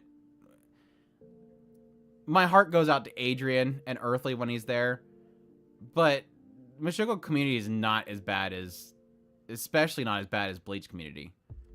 I just don't know what the desire to spoil things are. Anyway, Zom 100. Just waiting for my favorite gal to make an appearance at some point. Like somebody that hasn't showed up yet. Zom 100, I really liked the first episode. The second episode was okay? Question mark. I want it to be really good. I really do. But the second episode's got me a little concerned. It's got me a little bit concerned. Plus the fact that the studio is a new studio. They didn't even animate one of the episodes. Half the OP is reused animation. I really don't know if this show is going to continue to look good. So I'm cautious. I'm very cautious of this show. Like, I just have a feeling this could be one of those shows that within episodes it's going to just go garbage quality. But the first episode was amazing.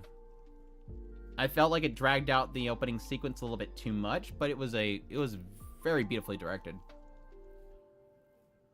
But again, it's another one of those shows that I think is going to get probably too overhyped and possibly not meet that expectation. I see Mushoku Tensei and One Piece fandom is the most friendly overall. Yeah, I think overall, like, the One Piece fandom is really good. Like, I've never been spoiled something on One Piece. They're usually when I see conversation about One Piece, they're very careful about what they're saying. They toned down the ecchi, though. Yeah, and that's understandable.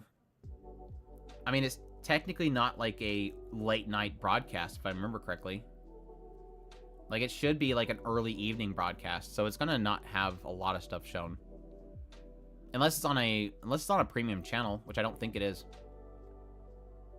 I think Zom 100 has a great story, original content. They just have to nail the anime form.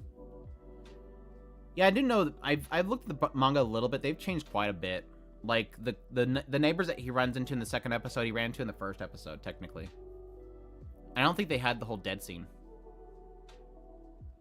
Can't spoil something you can't remember. One Piece is such easy to forget.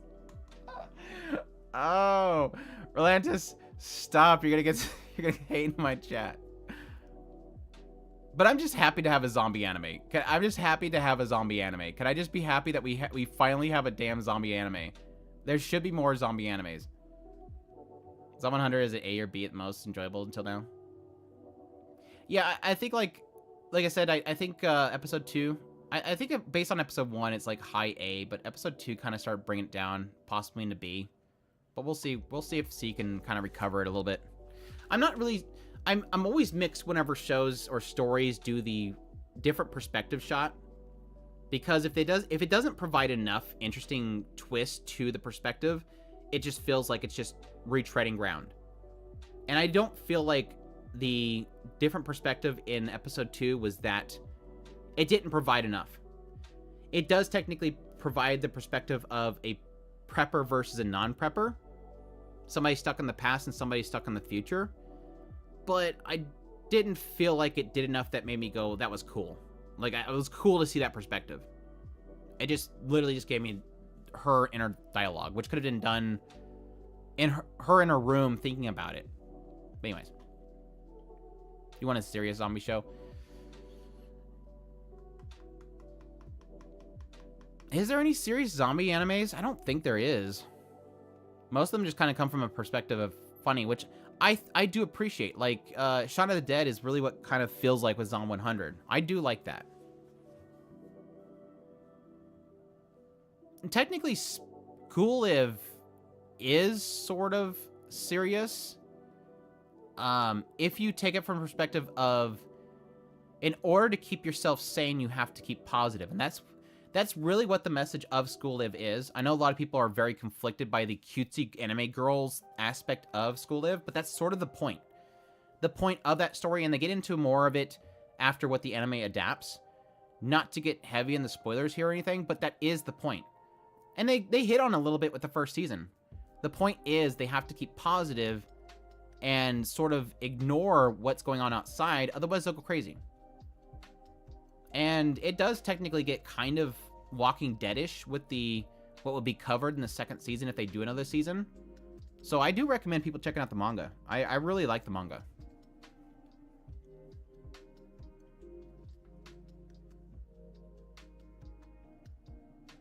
Yeah, and I think the manga feels a lot more serious. I won't say it's like the anime is a departure, but I think the manga was a lot more serious. So, anyways, I recommend it. It's good. The ending was really good.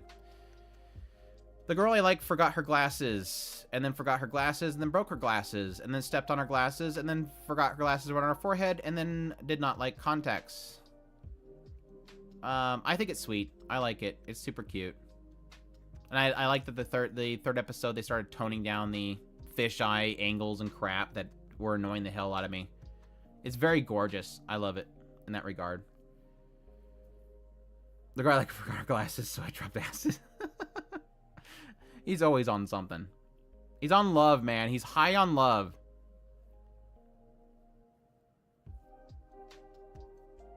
Glasses show is starting to get repetitive for me. It does have its repetitiveness. I can see that.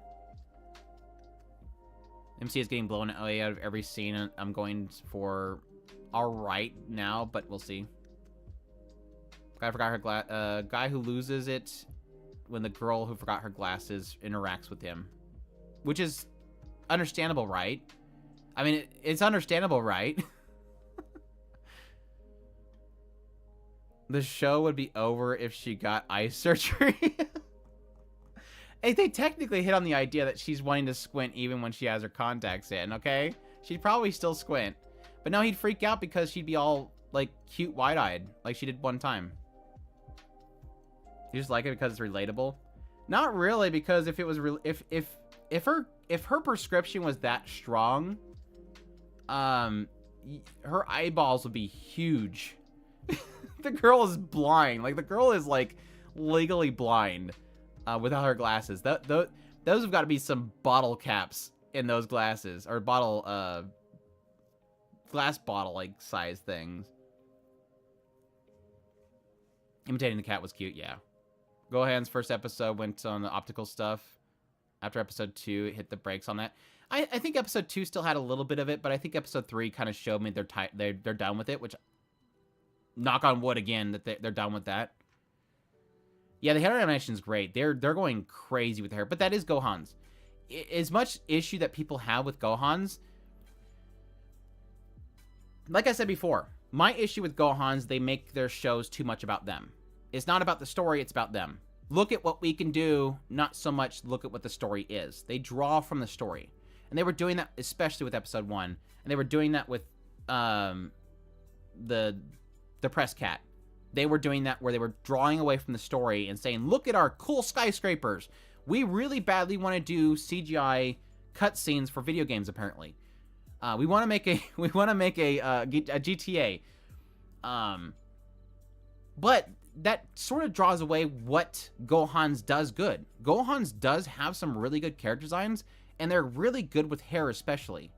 If you look at things like K-Series, Marduk Scramble, they do some really good animation with our 2D, if they can get away from all that stupid optical fisheye and stuff. So, anyways. I do like Gohan's as a studio. I've always kind of liked them as a studio. I just hate when they get too carried away. And I can say, yeah, it's easy to make the argument of film grads. It's just, I don't necessarily think it's that.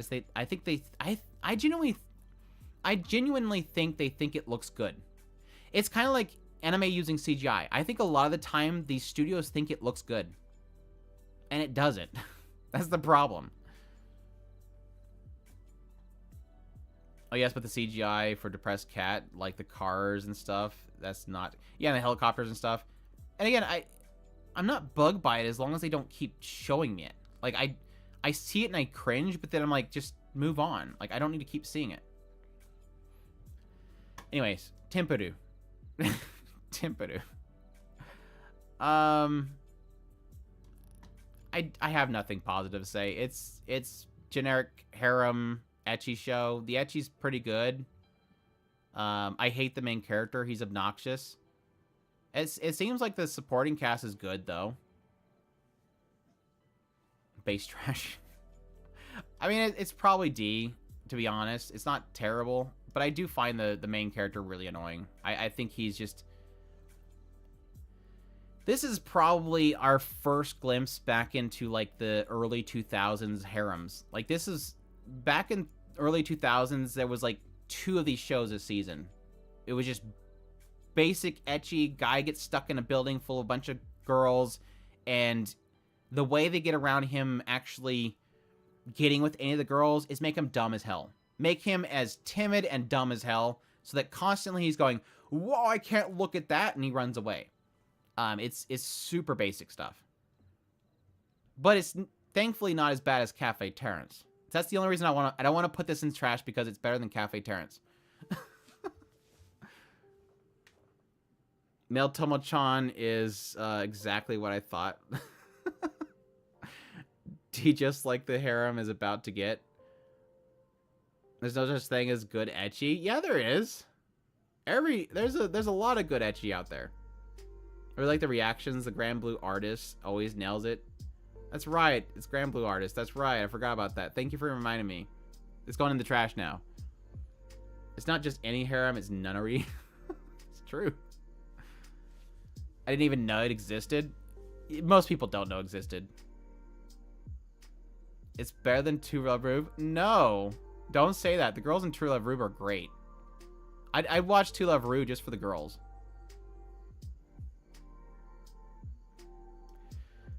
Tell your thighs is S tier just for thighs.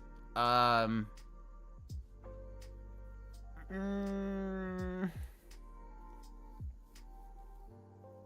think it's a solid B. I'm actually enjoying it more than I thought I would. I honestly thought it was gonna be a throwaway show. The first episode's a slog. The first episode's a super slog. It is an ad. That's just like all adaptations are ads. Every single one of these is an ad. Every single one of these is an ad. I don't even think any of these are originals. I think Ayaka's original, but that's gonna be ad for their Pretty Boy stuff and bands and stuff. This is selling music albums, really. But all the rest of these are all ads. Rise of First Episode did not need to be double length. Exactly. It was... I was like halfway through the episode and I'm like, why isn't the cast scrolling yet? And then I looked at the scan bar. I'm like, holy crap, this is a double length. Holy crap, I did not know this is gonna be a full length or 2-length episode. But no, I do think I like the characters. I think the first episode's an annoying setup, but it is about finding purpose. It's about finding like something that you can do to help others, and it's got a charm from that. I'm really liking it for that aspect. And like I said, I've been enjoying it a lot more than I thought I would. And it's not just for the thighs. I know that most people want to think it's just because of the thighs. It's not because it's just the thighs. The thighs are good, and they go way out of their way in order to show the thighs, but it's more than just the thighs. It'll be the same, just play the game. Yeah, but no, most people don't want to grind in a game like that. Or collect 50 million carrots just to make that one thing to progress the story. Most people just want to watch the thighs and enjoy the story. So one bored the heck out of me, but her thighs were good. Not my original this season. Yeah. Yeah. Synduality's original, I think, right? I think it's just Synduality, really. I think that's the only really main original.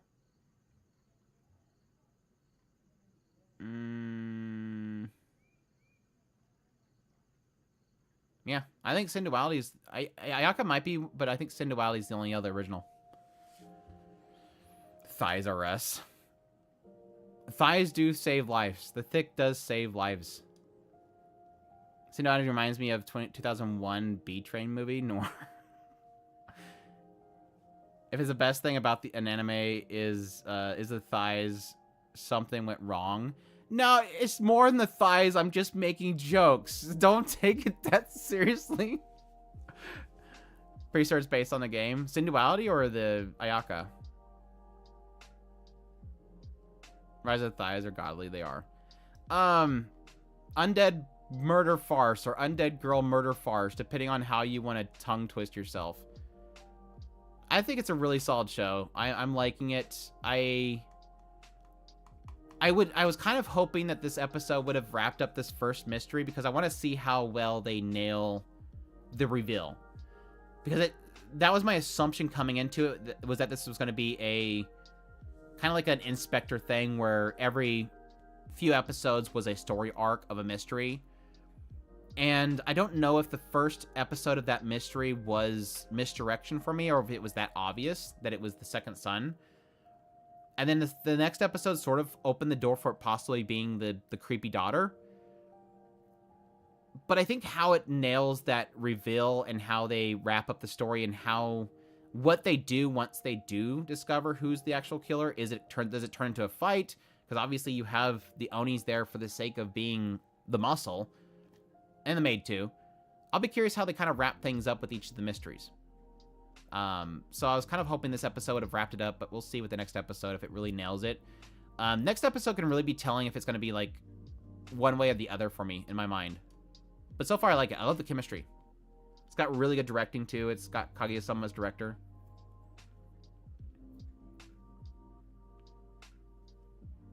They imply that everywhere else is war-torn and cutthroat.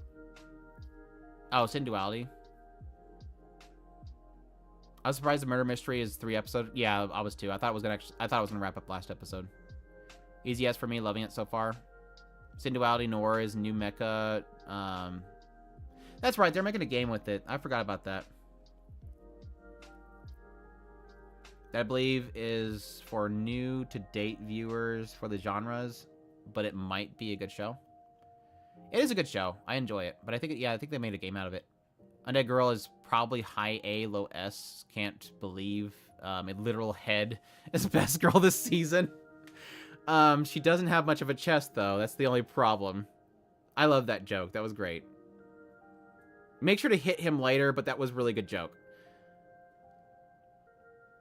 Is it I passed normally? I don't like mystery anime. I watched episode 1. Yeah, I think it's doing a really good job of it. Like I said, it seemed like the mystery for this current arc was super obvious, but I wonder if that was misdirection because it felt like the following episode was really a true detective. I'm not a good detective, obviously, because what Rendo kind of does with the following episode is really kind of expand it and check out every single person. And it does sort of pin the possibility of how much possibility is in each person until it eventually gets to the point where they think they find the thing that, for lack of a better term, puts a nail in the coffin for the vampires. Or whoever did it, rather. Sinduality's mixed media project from Bandai Namco. Yeah, so it's probably going to be a game from Bandai Namco. For some reason, every time I see you do that tier list, I always reverse to see you talk more about Mushoku Tensei. You always reverse to see me talking more about Mushoku? How do you reverse it? Are you just looking for when I talk about it?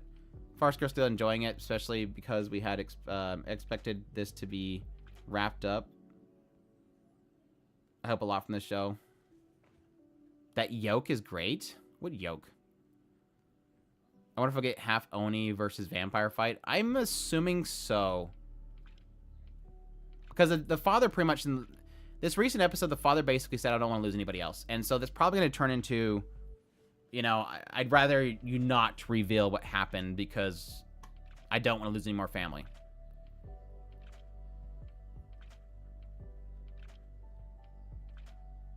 I still hope the younger brother, by the way.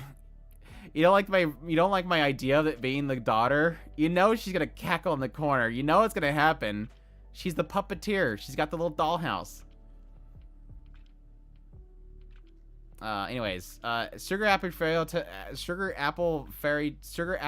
Happy Fairy Tale. Sugar Happy Tale. I'm liking this season so far. I'm not annoyed like I was coming up to the end of the first season. There's not too many annoying evil guys revealed so far. The arc itself isn't that interesting. It's sort of like fix the workshop, and she literally has no experience doing that, so I'm not sure why they're making her do it. Because the future of your workshop is best to be placed upon somebody that has no experience running a workshop. I'll put it low B. I still like these two. I think I've always liked the chemistry of them. Mithra Pato is like the best character ever. The butler's the one that always does it. Like, the butler's like the last person I think is... I do think he's involved, though. I do think he was the one that got the stake there. But he would not be able to break the lock. So it's got to be one of the vampires.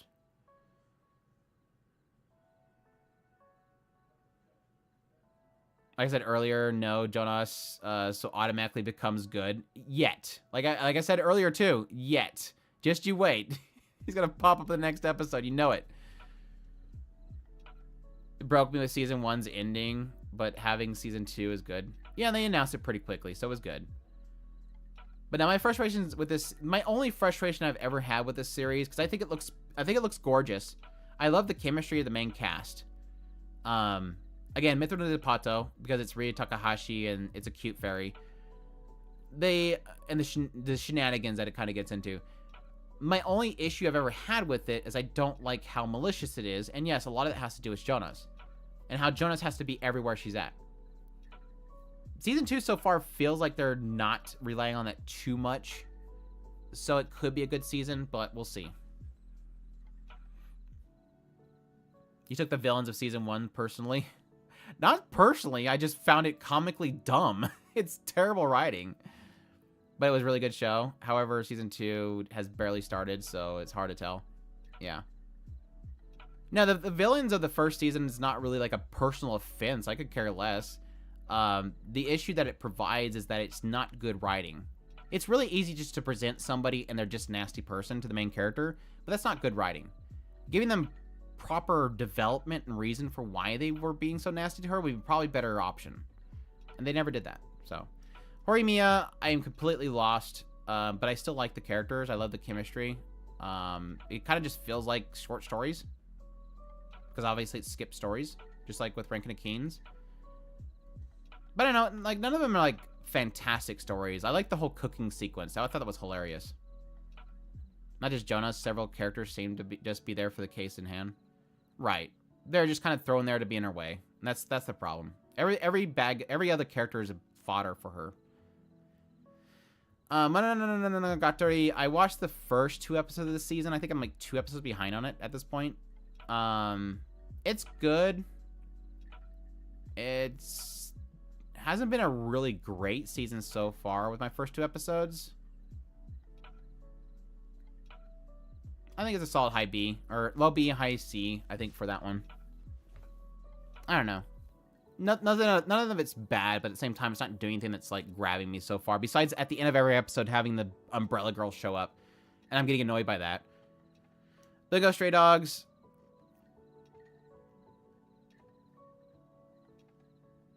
This last episode, maybe. This last episode, I don't know. I don't know with this last episode. The first 2 episodes were great. Or is it... Has it been 3 episodes? I think it's been 3 episodes. First episode... Was it 2 episodes? I think it's only been 2 episodes. Anyways, this recent episode kind of... I don't know. Like, I feel so mixed on how it ended. But we'll see.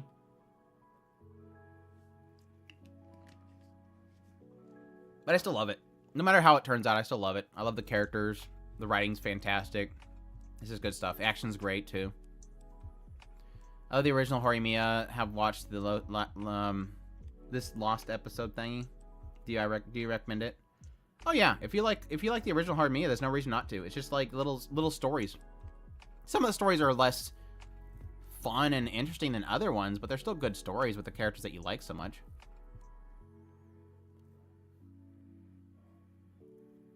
I have catch up on Bungo Stray Dogs 4 before I can start Bungo Stray 5. Rampo is the best. Dude, if you like Rampo, like literally the beginning of season 4 is amazing. Like it literally explains him as a character. It's amazing. Oh, I'm reading the same person as the same comment. 2 different people, one saying it's great and the other person saying I haven't watched season 4 yet. But no, it's great. Season 4 was fantastic. Season 4 ramped up so much for me. Sugar Apple Fairy Tale, the name deceived me, thinking Happy Sugar Life. I sometimes accidentally say Happy Sugar Tale or something like that. Any anime with happy in it is automatically suspect to me. Pretty much. I'm not watching Assassination Classroom. Not watching Bang Dream. Tonikawa. Why did I even put this in the list? I did actually like this first episode. I'm gonna be truthfully honest. I actually like this first episode of this. What is this, an OVA or something like that? I don't even know what is it like. It's just like 4 episodes or something like that, like just jointed releases.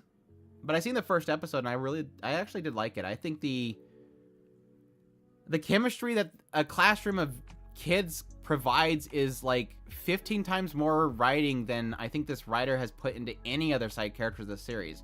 So I don't know. Maybe this is the arc that I'll actually finally enjoy the show. But yeah, it was much more enjoyable than like the last 2 seasons of Tonikawa. So that's a plus for me, I guess. I did like Happy Sugar Life. I thought it was it felt very melodramatic early on, but I think overall I did like it. It had some cool stuff in it. I did like the ending too. My brother hated the ending, but I liked the ending. Anyways, that's it. That is my list. I think that goes there.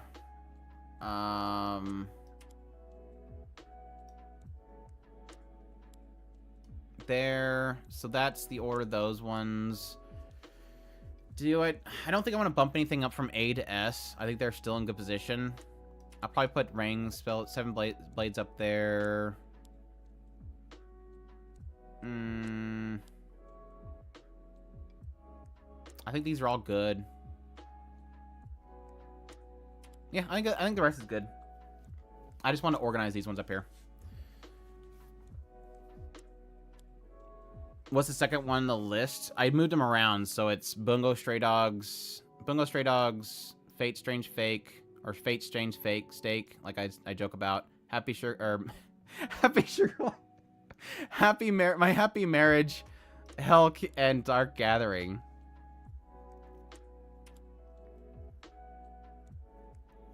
Not a bad list. I'm glad I can deliver. I'm glad people agree with me. It means that they're amazing with their taste. Mushoku Tensei would be the top spot if you saw the uncensored version.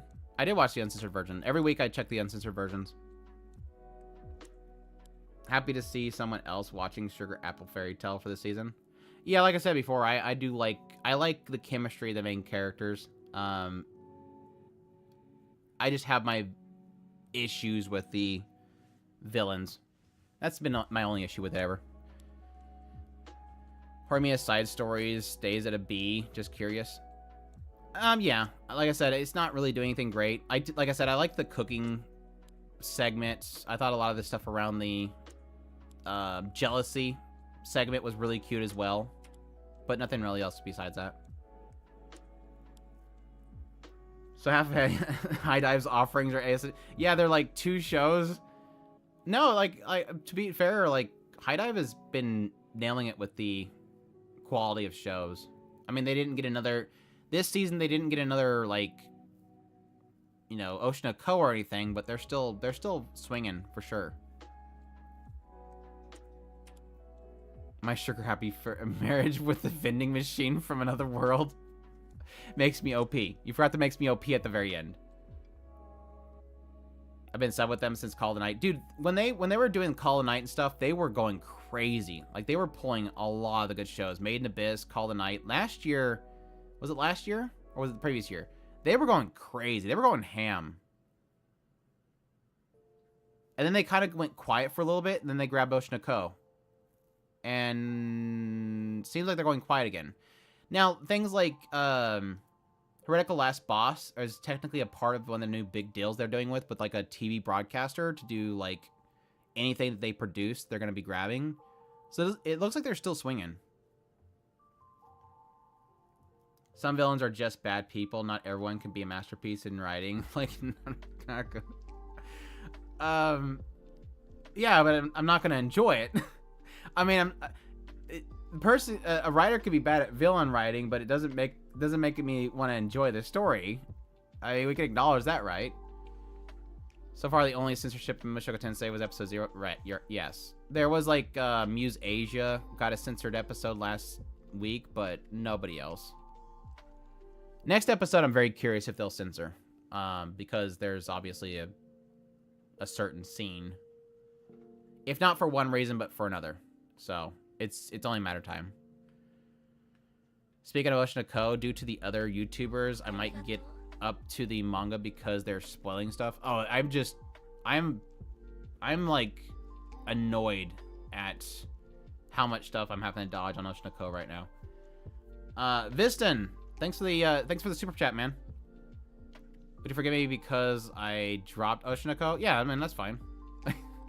This is a non-judgmental community with us. It's like, yeah, you might have one person or the other just kind of questions, why would you do that? But for most people in our community, we don't, if something doesn't work for you, don't watch it. But thanks for the super chat. I appreciate it. Hope you're doing well.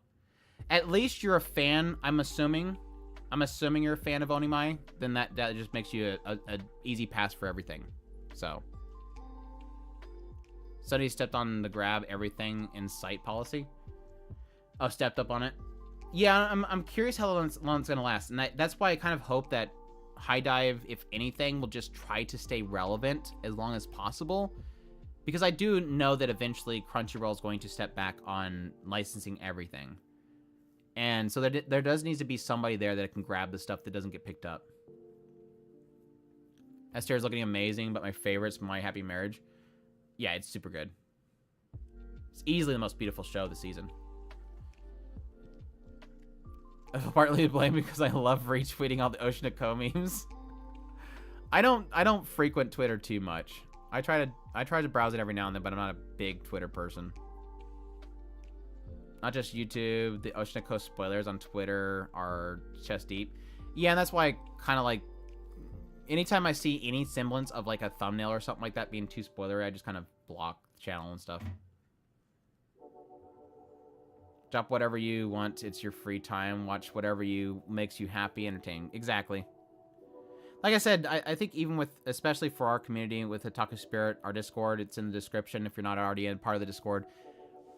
There'll be people that will maybe question you like, that doesn't make sense. Why would you not like this? But I think for the most part, most people are kind of understanding of the idea of like, okay, if it's not your thing, don't worry about it. Yes, I think Oshinoko is like a 10 out of 10 show. But especially with some of the actual context and stuff that it's getting into, it's hard for a lot of people to watch it. I mean it's even like Onimai. Onimai is a perfect example of a show that I think is a beautiful show, and it's easily one of the best adaptations that exceeds an adaptation in every form. But I know that some people might find it uncomfortable. I don't find it uncomfortable, and I guess I don't view it from an angle that it would be uncomfortable, and I love it. But I don't blame people for not liking it. The YouTube Shorts spoil Oshinoko for me. That's why I hate YouTube Shorts. That's why I just kind of avoid. Well, that's why I said, if anything looks like it's a clip or a reference to something that I'm not wanting to know anything about, I immediately hit the dots and say, block this channel. That's just me. Which sucks because if you ever clear your history on YouTube, I think it unblocks people. Unblocks channel, because I started getting a ton of stuff again. But yeah, at some point I kind of got my YouTube feed to not push clip channels or stuff, and it was from just like hitting the dots and saying don't show this channel anymore, which is unfortunate because I'm probably blocking a lot of good channels, but I don't risk it. Yeah, I rewatched Bookworm recently and started an Onimai watch since I'm waiting for Nier to come back. Just watch new shows. Adrian's like never watches anything. Just keeps rewatching stuff and plays through Nier 50 times. And his 15th playthrough Snake Eater right now.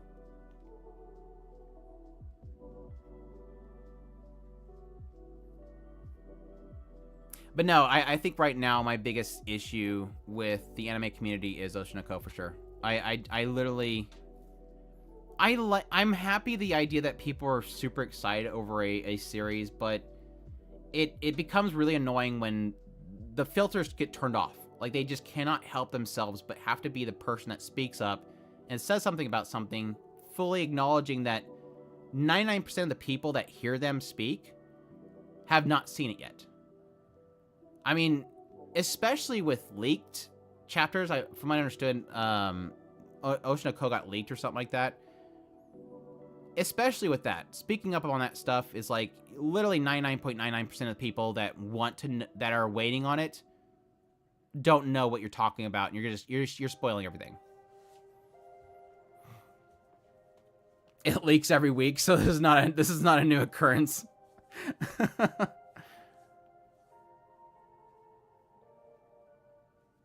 Speaking of which, is Bookworm gonna get another season? I would hope so. What is the studio doing right now? The problem that's been with Ascendance of Bookworm is that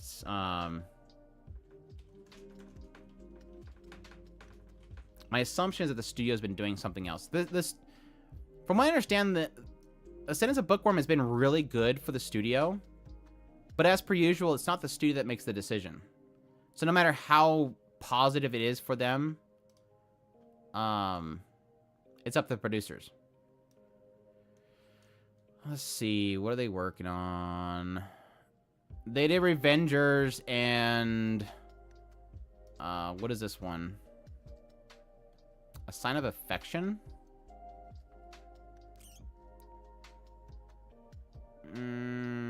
So they're doing A Sign of Affection in January, and the last one they did was Revengers. Ugh. I don't know.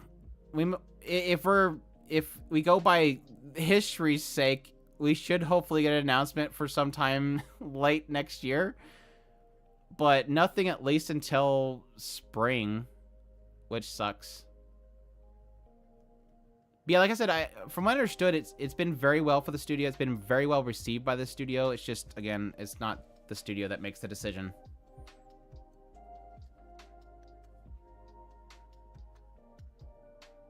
Yeah, last episode did say to be continued, but that's I see people see that and say it's confirmation of another season. I never take that, because I've seen way too many shows that say to be continued, and it's in reference to the source material. It's never in reference to them continuing the show itself. I always wait until they actually say another season coming. Well, I mean, like, Reincarnated as a Sword was pretty obvious. Like, that one literally just legit says new season coming. Don't worry. But to be continues, I never take as an example of another season coming. Yeah, that's kind of why I want to finish Bishoku. I really want to get into the novel series of that. Yeah, they make more money on the source material. The season just kind of helped boost it a little bit. And sell merchandise. Which they did get into selling, like, figures and stuff recently. I am almost halfway through Mishiko, but it's seemingly going to get slower and slower as we're only burning through a couple chapters right now. Whereas before I was able to sometimes knock out 4 chapters. It's slowed down significantly, and the books are getting bigger.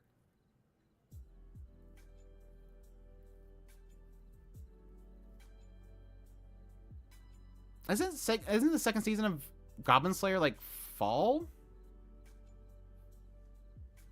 1 Roxy chapter this week.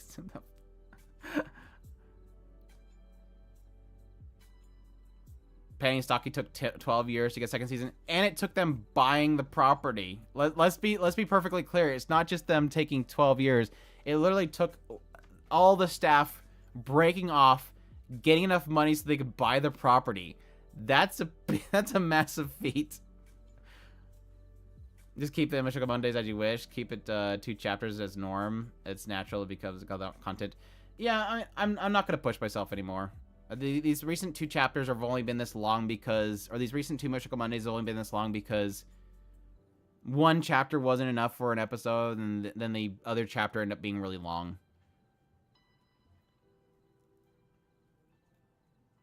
Yeah, I've seen too many anime say to be continued, and they never do. Yet again, we have Inuyasha, the final act, so nothing is impossible. True. It's announced, but it took like 5 years after it to be continued. Damn, Goblin Slayer. Well, they did a movie too, right? I thought they announced a movie pretty quickly, and then they announced a season 2 later on. But I'm pretty far ahead in the manga, so it's not like, I'm not like super clamoring for it. But I'm looking forward to it, because there's a fight scene that comes up. I don't know if the movie covered it, because I didn't watch the movie. But there's a fight scene coming up that's super good. And I think it's going to be in the second season, because I think one of the characters in the cover art kind of specifies that. But it's super good.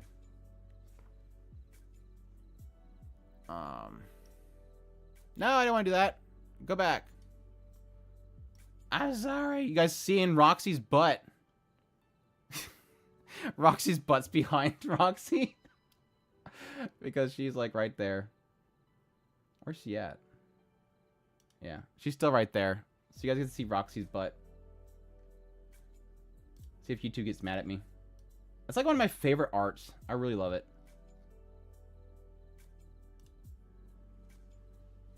Enhance. Just to let you know, YouTube does have a pitch and zoom feature. But I was wanting to grab this other window. Grab the wrong one.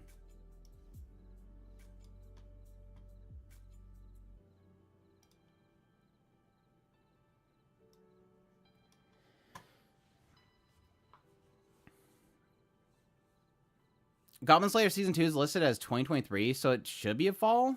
I mean, they could delay it, so I guess so. 86 fans still waiting for another season. I haven't heard anybody complain about not having an 86 Season 2 in quite a while. And it was, for a while there, everybody was just not letting that one go. I mean, I'm with you guys. I want a Season 2 of 86 really badly, but... yeah. I don't know that it's going to happen anytime soon. Yeah, the only thing that I hate about that art for Roxy is it reminds me that we never got the mobile game and the mobile game died, because all the art in the mobile game looks so good. All the art from the mobile game is so good. Just for the moderators of the chat, the team behind the scenes.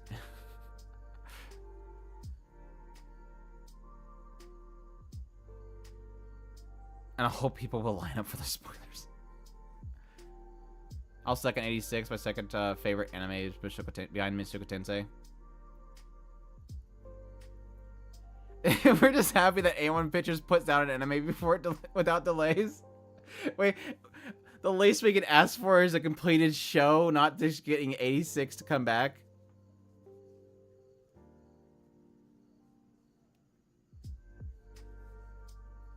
How long has Fullmetal Panic fans have been waiting for a new season? Dude, and that sucks because the last season was super good. I thought that last season was so good. Young adult Lilia with no glasses is gorgeous. Later, do halt. Take care, man. Witch of Mercury, I don't know. I feel like the season ended well. I'm fine with them doing another season of it, maybe to focus on the aftermath of everything, because it really did feel like nothing really got too kind of concluded with the ending of it. But I don't know. I mean, it could be a good continuation just to show how they could possibly further develop the gun arm technologies, but I don't know. I'd always leave it up to them if they have something they want to actually tell with it. But I feel comfortable with where they left it off. New season of 86 does happen someday. The next arc is amazing. Is it a good one that'll fit well in like a core or 2 cores? Did they announce a new game for Mushoku? They did. I haven't heard anything on it since then, though.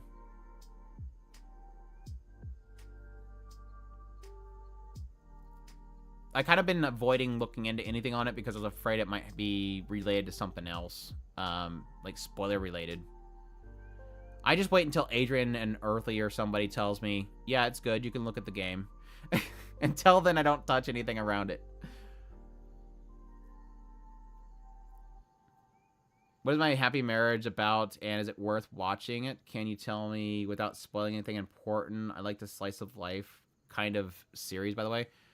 It's a period piece drama, like Taisho period-esque, about somebody mistreated by their family and then getting wedded off to somebody who's supposed to be like a cold, mean guy. And then when she gets there, she realizes that he's not that mean. And at first glance, it kind of seems like the mistreated girl gets swooped up off her feet by Prince Charming, but there's a lot more to do with what her bloodline is and what that could mean for different families that might want marriage for power. It's good. I really like it. It's beautiful too. It's a gorgeous series. Yeah, I keep hearing the Cinderella reference, and I'm like, yeah, this evil stepsister, I guess, but I don't really get anything else Cinderella out of that story. Usually I never comment, but still wanted to say that I really appreciate the content you offer. I appreciate it, man. Thanks so much for watching. Your support means a lot to me. Thanks for finally speaking up, you lurker. No, I'm joking. Thanks for finally speaking up, lurker. Now get back to the lurking. All right, Shadow, take care, man. I'm going to wrap up here in a minute anyway. I got to get to editing Mushoku Mondays, so. This may have been discussed before, but why do the studios continue to make new anime that no one is asking for instead of more seasons of popular and critically acclaimed series? Because it's not the case with everything, and it's definitely different now than it used to be, but general rule is that anime is advertisements. And so what you essentially have is you have this company has Billy making a manga. And they want to sell that manga because it costs like a fraction of a penny to print out this manga, and they sell it for 10 or 20 bucks. And so in order to sell more of those really profitable mangas, typically that company that owns the property will want to produce an anime, which again is like a big, massive trailer. So they put the money out to the studios to produce it. The studios themselves barely ever pay for their own stuff. You have Studio Ghibli, and here recently MAPPA, Kyoto Animation. All the other studios, they have people pay them to produce an anime because they don't have the funding to make it themselves. And usually what they're being paid to produce is to advertise a manga. And those companies hope that they sell enough mangas, they make up for what they essentially put into making that product. And you'll have other companies are helping to fund that anime too. It's not just the person that's trying to sell the manga. It's also a record label trying to get their music in there. It's the TV broadcaster that wants exclusive rights to put it on their network, so on and so forth. So the reason why they're not producing sequels is because typically they've already invested to make a first season. Maybe the first season didn't sell enough, or at least bring enough attention to the source material. But if you think about it, if I've produced a first season, it's advertised the manga, we got a good boost of it, but maybe not enough. What's the point in making a second season? Because it's just going to be advertising a later part in the series. It's very difficult for them to find reason to continue to adapt once they've gotten past that first, essentially core run broadcast on television. If you had to recommend a single show this season, what would you think I would have a good time watching? That you would like to watch? That's a tough question, Adrian. I think anybody in the chat can ask that same question. I could probably give them an answer. But if it's Adrian, damn.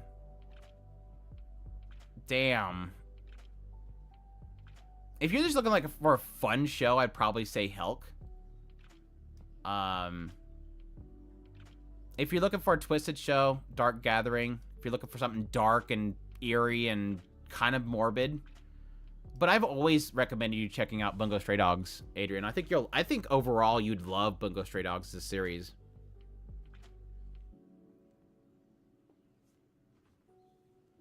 Especially the fact that you analyze a lot of different genres, and that you often talk about really incredible anime that goes under the radar for other creators. That's my hope. It's kind of the sucky thing that I have so much stuff to watch. Like, this has literally been my last 2 weeks is just watching all this crap. But I'm always looking for that Dark Gathering. I'm looking for that Helk show that nobody else is talking about. Even Level 1 Demon Lord. Shows that, honestly... I mean, that's like the example I give a lot was... What was it? I mean, Ascendance of Bookworm was kind of like that. Nobody was talking about it for the longest time.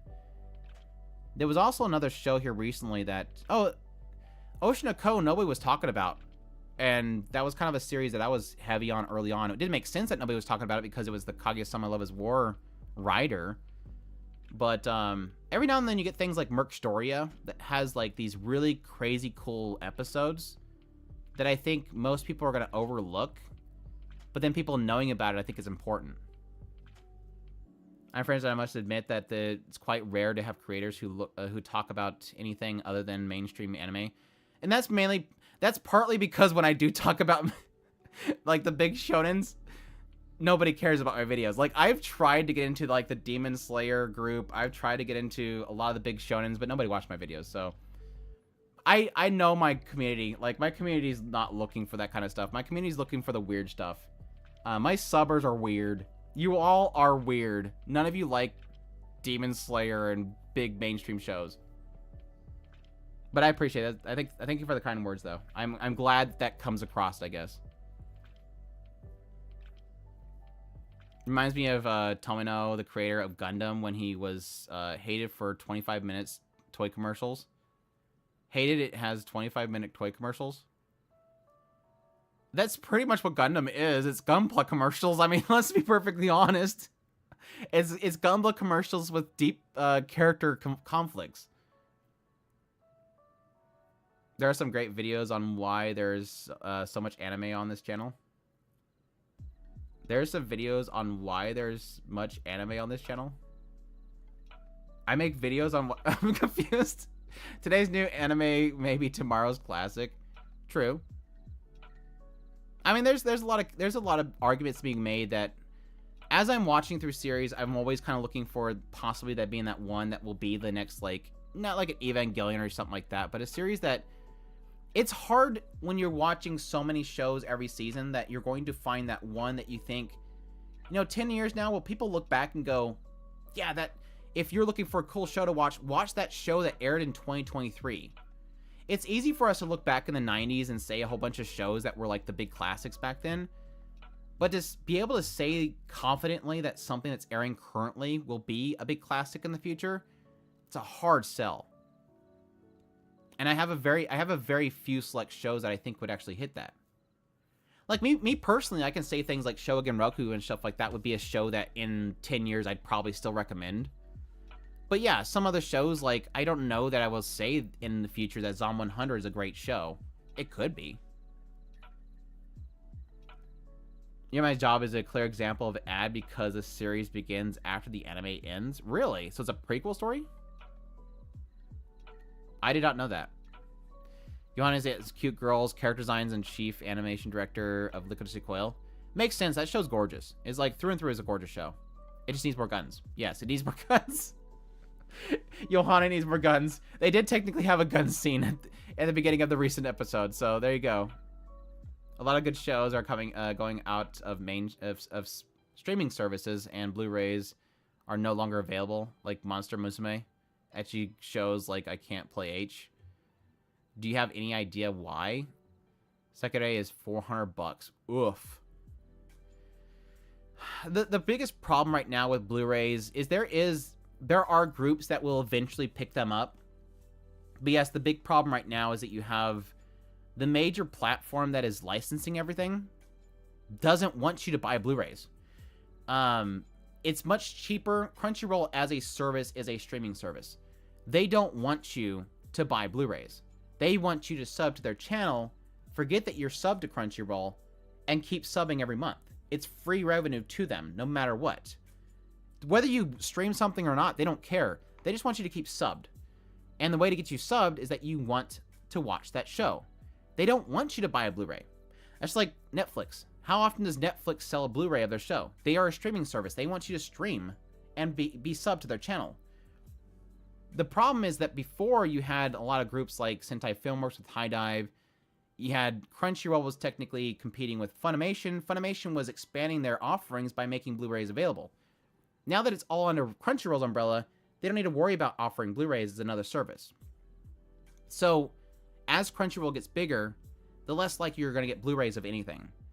The only hope is that eventually they will not have license for Blu-rays. And so eventually somebody like Discotek, Sentai Filmworks, some other company can come in, buy the physical license, and release it later. But for the short term, you're not going to see any Blu-rays. Now, Crunchyroll is still doing Blu-ray releases, but it's only for like their big stream popular titles. And that's the unfortunate thing.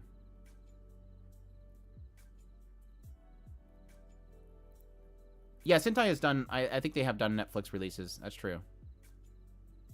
Like, anime-wise, there was very few, like, Be the Beginning took a long time before it got released. And then they eventually got, like, Hero Masked.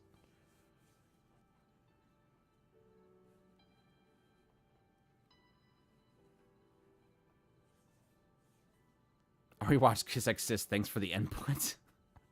I was going to go to rank ups, saying chords. Later, man. Thanks for dropping by. You probably have older audience. I think I do. And that was kind of something that was carried over from Otaku Spirit, our podcast. We were mostly trying to be...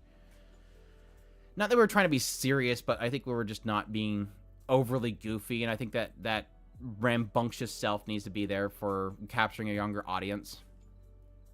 I'm too boring. I'm an outlier then because I like those shows. That's good. I mean, that's technically the issue for anybody that likes niche titles. You're never going to get the releases. You'll never get the figures or whatever for your stuff. You have great videos on why there's so much anime being created. Oh, I got you, Relentless. Thank you. I was wondering what you meant by that. Yeah, I mean, that was the whole discussion that came from that, what was the Gynex co-producer or whatever? A co-owner, Gynex, was basically talking about that concept of why there's so much anime. It was a brilliant talk, and I loved it because it was kind of... pat myself on the back, but I like whatever like a massive legend in the industry says everything I've been saying for the longest time. Vivi and 86 would be classics in my book. I can see 86, maybe Vivi. I think the only reason that Vivi doesn't go down as a classic for me is I didn't like the ending. Saint Cecilia is a B. Yeah, I want another episode because the recent episode was a little bit of a for me. But I do like it so far. It's super cute. Cecilia is super cute. Shadow House will be considered classic in the future. I think Shadow House has a possibility of it. I really do like Shadow House. It's a super smart thinking show. Smart thinking is a really stupid way of putting it. It's a show that makes you think. I love shows that make you think. Like, really think. I don't like Crunchyroll. Sometimes I miss fan subs. That's the problem, is that the fan subs are all gone. I'm just waiting for the day that... honestly, my hope is that eventually we do get to...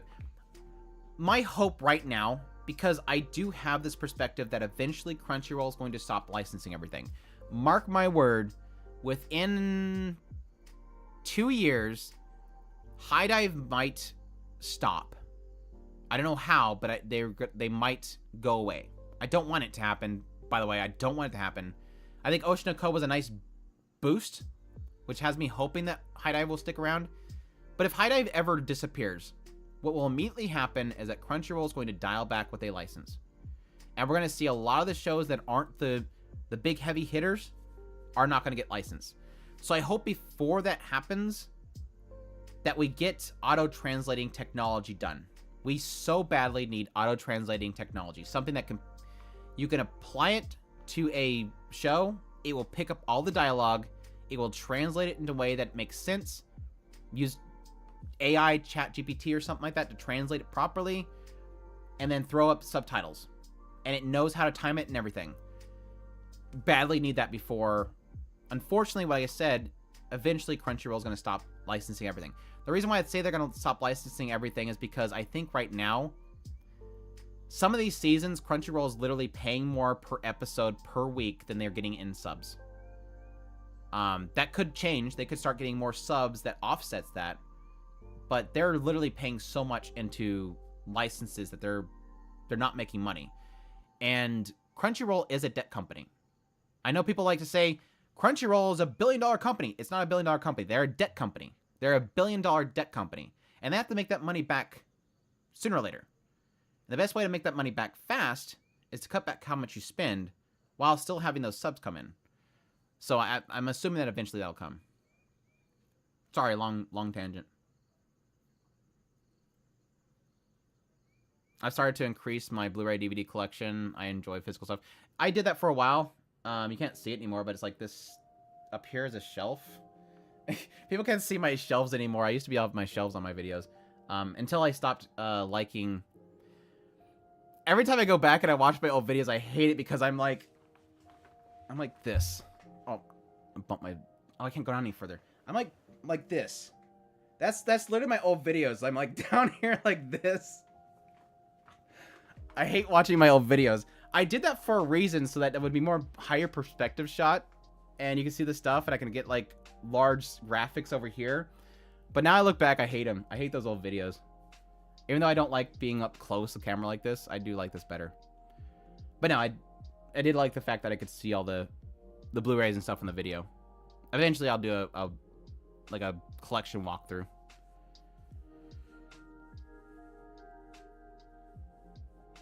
If they even made Blu-rays at all that far in the future. I'm mixed on that, Relentless, because especially anime has proven that Blu-rays is a commodity that people still like. Sales of Blu-rays of anime is still good. Like, it's still a massive market. It's something that has, despite like a lot of Hollywood movies and stuff not selling Blu-rays very well anymore, that's still been a market. Especially for anime. I mean, you have so many... If anime Blu-rays and DVDs were not successful, you would not have so many groups doing it. I mean, you have, Discotech, you have Sentai Filmworks, you had, for the longest time, Nozomi Entertainment, you have Anime Limited, which is technically UK, but it's still relevant because people do kind of import back and forth. Gosh, I'm forgetting one. Anime Ego.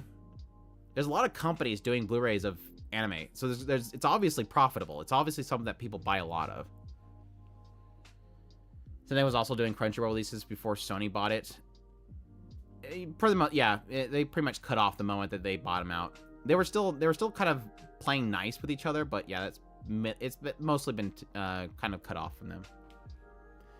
I said that they didn't adapt Mushoku Tensei as good as first season. They're messing up timeline of episode 2. Yeah, it's more of a directorial issue, but I think it's still going to be a good adaptation. It's just not going to be amazing like first season, unfortunately. That makes sense. I'd be happy just to stream stuff, but a lot of it isn't even available to stream. And that's the main reason why I like buying the shows that I love the most, is because eventually it's not going to be available anymore. Now, granted, you could just get a torrent file of a Blu-ray copy, but I like having those physical copies so that when I want to throw it in there, I can do that. Now, granted, like, DVDs will eventually have a shelf life, especially. Blu-rays have a lot longer of a shelf life. But, I mean, especially for Blu-rays, I'll probably croak before... I think, what was it? Blu-ray's shelf life, I think, is, like, if it's, like, good temperature. Isn't it, like, 50 years or something like that? It's like, really long. So I'll probably croak by the time my Blu-rays go bad. Unless they burn. Which is a possibility. Which is why you have good insurance. So you can replace... So I can go to my insurance agent and list and show them my room tour video that I made on YouTube so I can get them to replace all my Blu-rays. I would hate having to find replacements for like limited edition Blu-rays and stuff. Ugh, that would hurt. I really want to support some of the animes buying Blu-rays and merch, but it's complicated and a little expensive. Yeah, especially if you're trying to go for like Japan, like original Blu-rays in Japan, because that stuff is woof. And they're not like the best releases, like digipacks and stuff that I don't like. But there are some that I do recommend, like, I don't know if you can still get anymore, but like the Little Witch Academia Blu-ray, because it does come with like subtitling and everything. 5 centimeters per second, that one as well is English subtitled, and you get like 3 different movies with it. If you can still find it. Should I tell them my age, Andrew? Never. Don't allow them to either call you a boomer or a zoomer. That's the rule number 1 of the internet. Never give anybody your age, otherwise they'll call you a boomer or a zoomer. They're gonna call you a boomer or a zoomer anyways, depending on how you talk. Learn Japanese before it happens. I agree. I agree. Speaking of figures and merch, but the problem with like learning Japanese is that some of it gets pretty crazy depending on what kind of show you watch. Speaking of figures and merch, I've had to start watching this seasonal arms race. Found out that all the good merch is sold by the time I want to binge or watch a show.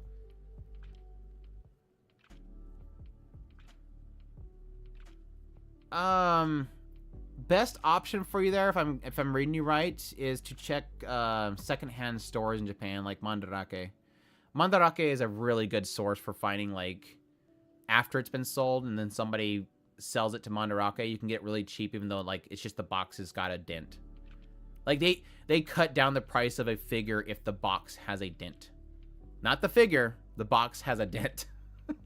It's a great store. If you can find what you're looking for. Mandarake doesn't carry everything. It's just whatever comes their store. The scary thing is how much Disney encroached on anime. I'm not so fearful of Disney anymore, just because they have been handling each of their properties properly. And honestly, between Disney and Sony, I don't trust either the two of them. The only reason I trust Sony more is because they have a Japanese branch. Their major headquarters in Japan. So yes, technically I don't trust Disney as much at all. Really, any at all.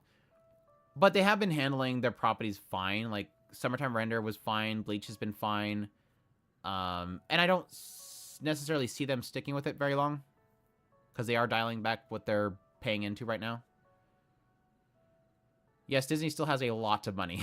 Disney still has a lot of money. They are dialing back because they're losing money, but they still have a lot of money.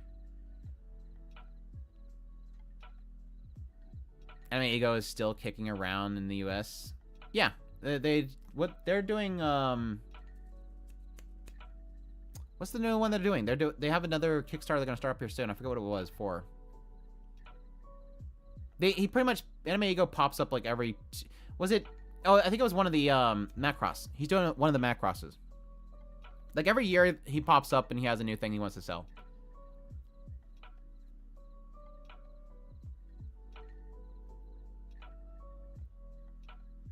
Great, like having the Blu-ray.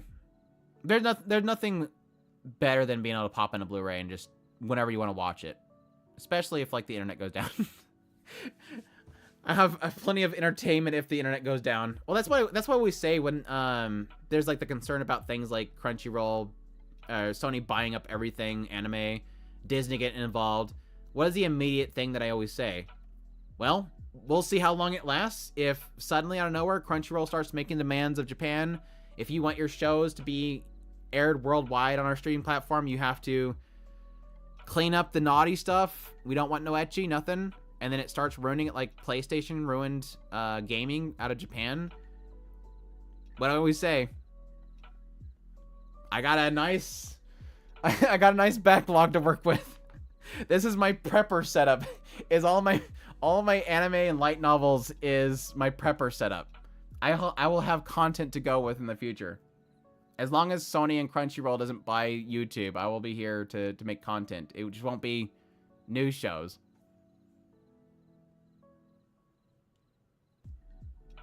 I want an insurance upgrade to the next standard when Blu-rays got phased out of obsolete. Are they gonna make me have to like upgrade it because it's gonna be so obsolete? They're gonna be like, what is a Blu-ray? Oh, that's some old technology. Yeah, we're gonna have to have you charge a little bit more now. Also, with Ecchi doing the censored version on broadcast and making you buy it to get real versions seems like a way to keep it alive. I also pay to get a better translation. Oof. Oof. Damn. Cloud coming in with a stab. I sort of agree on the respects of like the whole censorship thing. It's been kind of something that's kind of died away. I know Ayakashi Triangle kind of brings that back, but for the most part, there's always a uncensored version in Japan. Yeah, the crappy thoughts when the streaming platform takes off your anime. Yeah, that's definitely been something that's been a real bad case with HIDIVE right now. Which I assume is because they're trying to cut back how much they're relicensing stuff just to save money. But it feels bad. Like there's nothing good comes of it. I wish studios had something like GoFundMe for those that want to support them.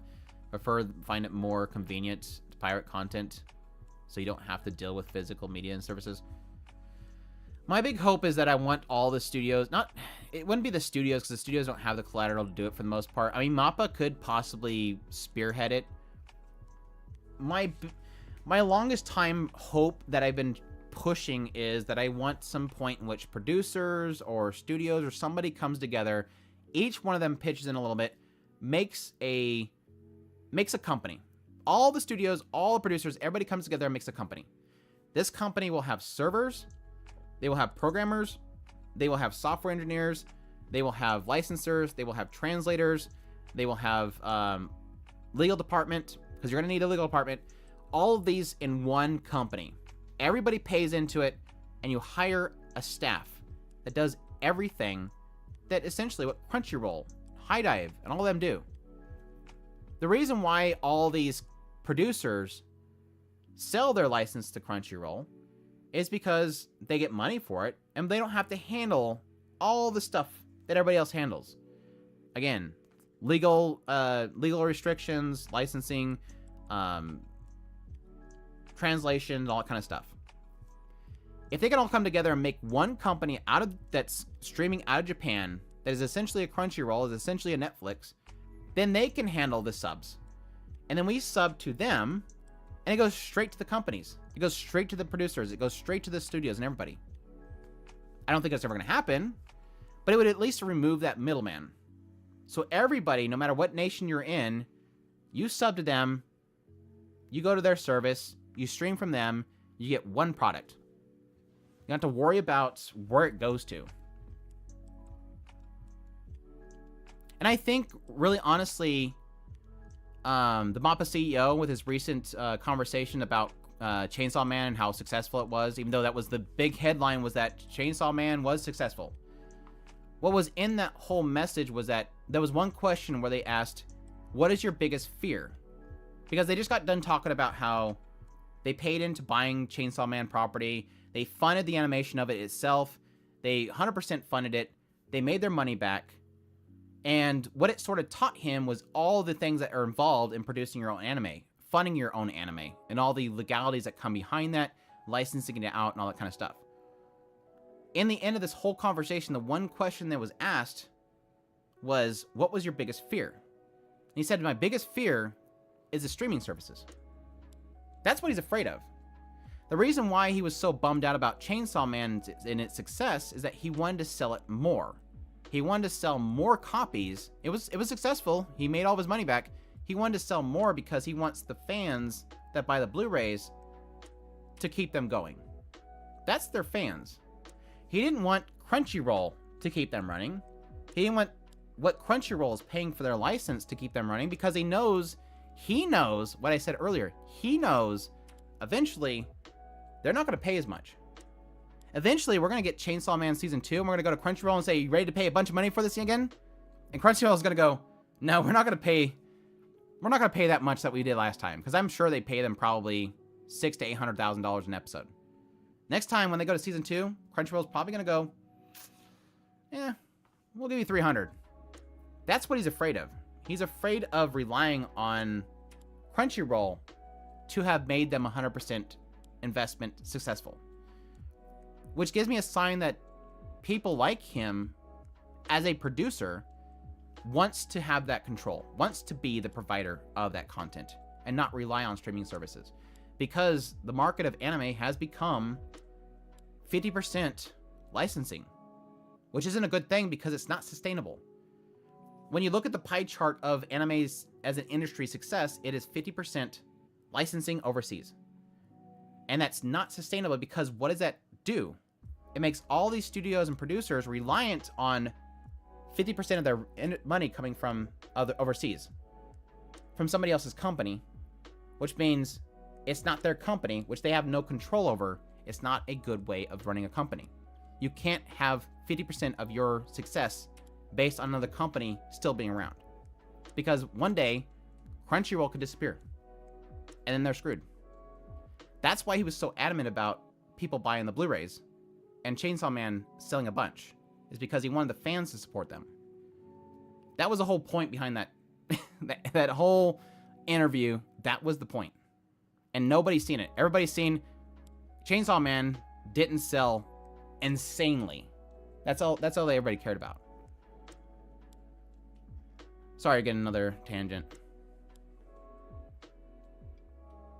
Where did I finish off at? Where I don't even know where I was at. I tried to buy the Japanese Blu-rays of Futoku. You try to find Futoku no Guild? That's great. But my debit card got rejected by Amazon Japan. Really?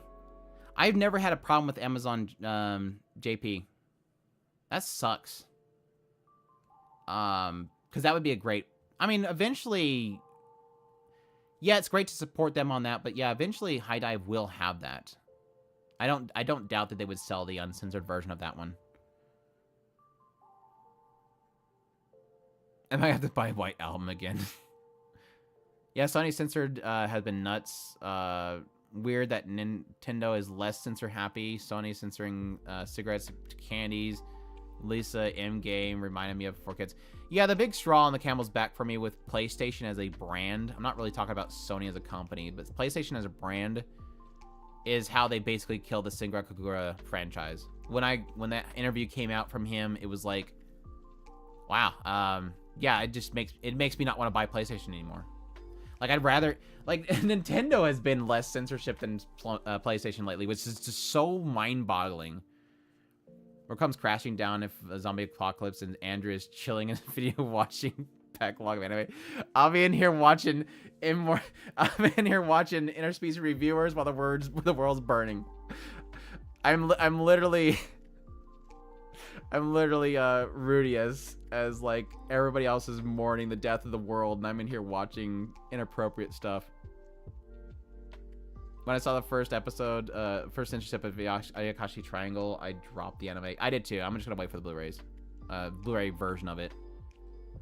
It's just too much.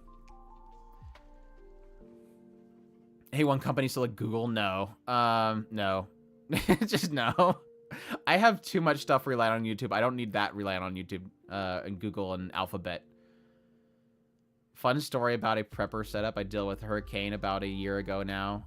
Had no internet for a month. Ugh. Anime DVD collection came in pretty handy. Ugh, dude, that would suck. That would absolutely suck. Even cellular internet didn't work.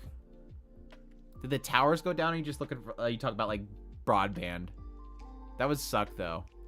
But yeah, I'd be pretty happy. As long as the hurricane didn't damage all my books and stuff, I'd be sitting pretty. I'd find a corner and just read. Just make a whole bunch of notes and make like 50 Mushoku Mondays in a week. You know, when there's no internet, there is a high chance of no electricity. Yeah, usually internet is going to be run by...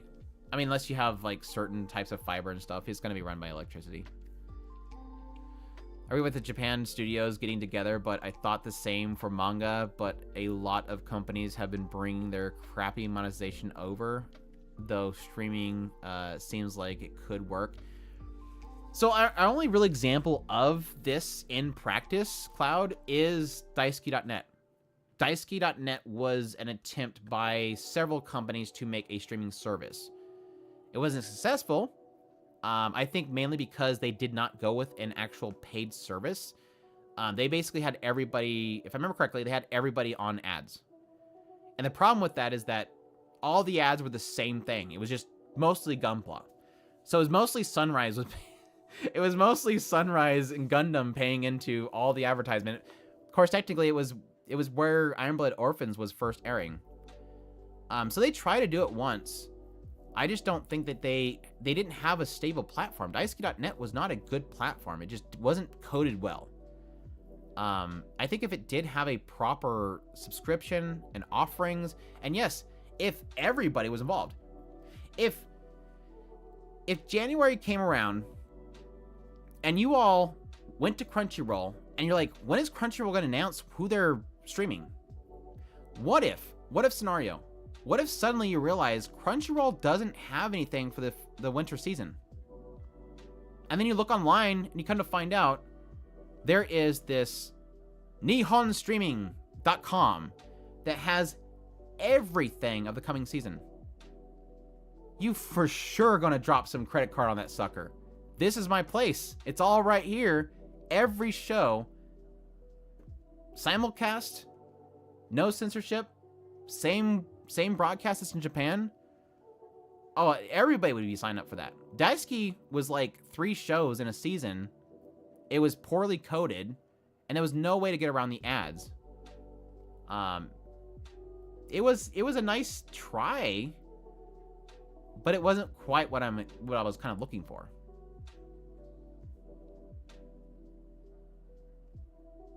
But where's the American release of Chainsaw Man? It'll probably take another year. Or, I mean, even Mushoku Tensei took like, what, almost 2 years? Crunchyroll's like super slow on releases.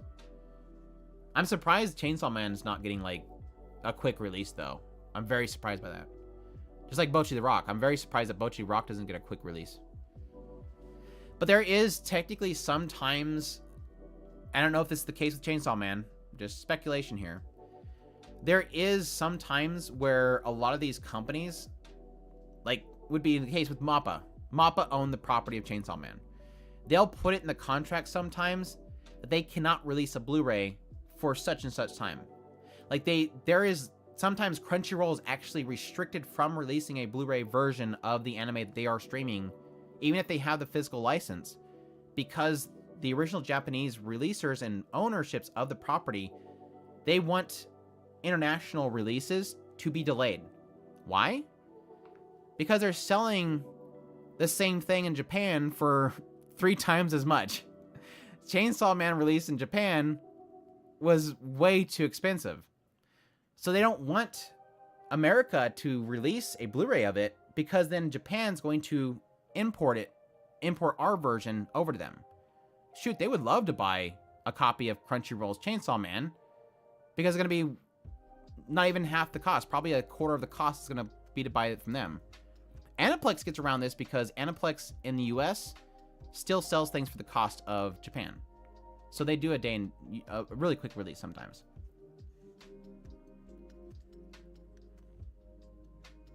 If HIDIVE disappears, Crunchyroll pays us. Yes. If Disney and Netflix and HIDIVE get out of the picture, your subs are going to go up and they're probably going to pay less. There's no bidding wars anymore. Crunchyroll and Funimation were massively bidding warring, and I'm sure the bid wars are a lot less now than it used to be, but it's probably going to be even less now. Or it will be less then.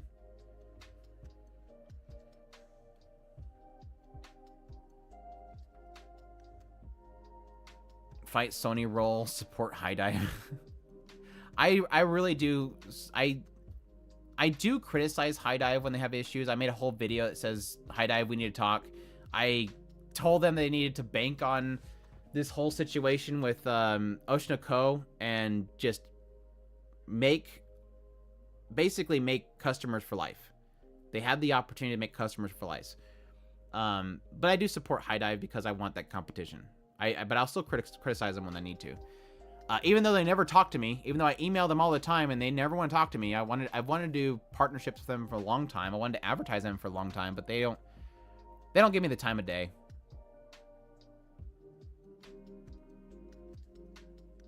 It wasn't the best time, but I did watch anime DVD I bought a while ago, but never opened it. It was Ghostic. Nice. I've been wanting to watch Ghostic for a long time. I have a copy of it. AKA reverse importation. It's still importing. It's exporting for us. It's importing for them. Yes. Reverse importation.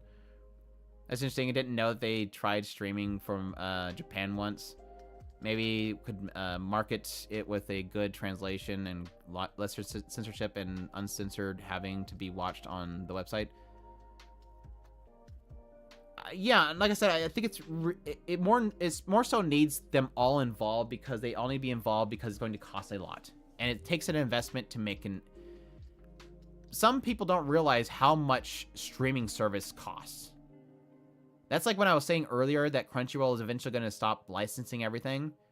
That was just me saying how much it costs for them to buy all the licenses every week versus how much their subs are. Now take into consideration that servers cost a lot of money to have good servers. So it would be a massive investment. And so that's why it would need like a large group of investors involved.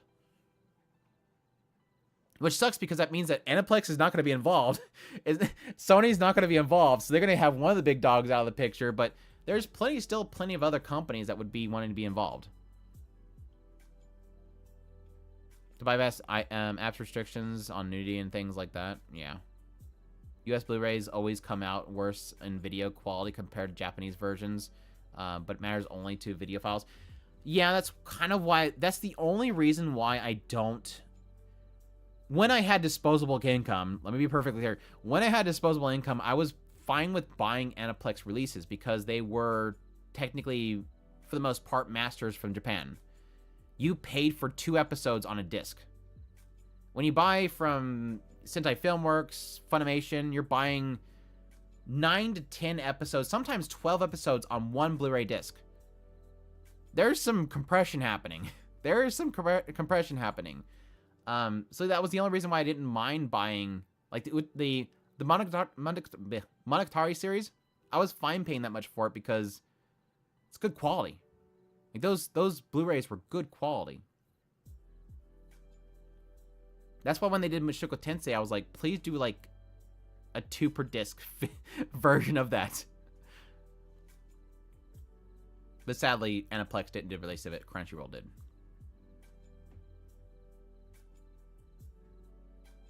Yeah, I remember awful Dragon Ball DVDs. Yeah, and then recently somebody linked somebody was doing a project to clean up all that stuff, which I think is amazing.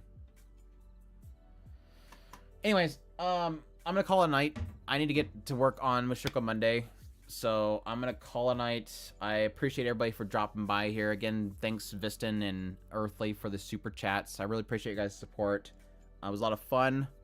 Hope you guys enjoyed my list. Hopefully you got some ideas from some shows to check out. Next, I will probably wait another week before I make decisions on what's going to be in my top 5 of the season so far list. Because there's a couple shows on here that I like, Hulk and stuff, that I want to get another episode out of before I decide. So, anyhow, thanks guys for coming by.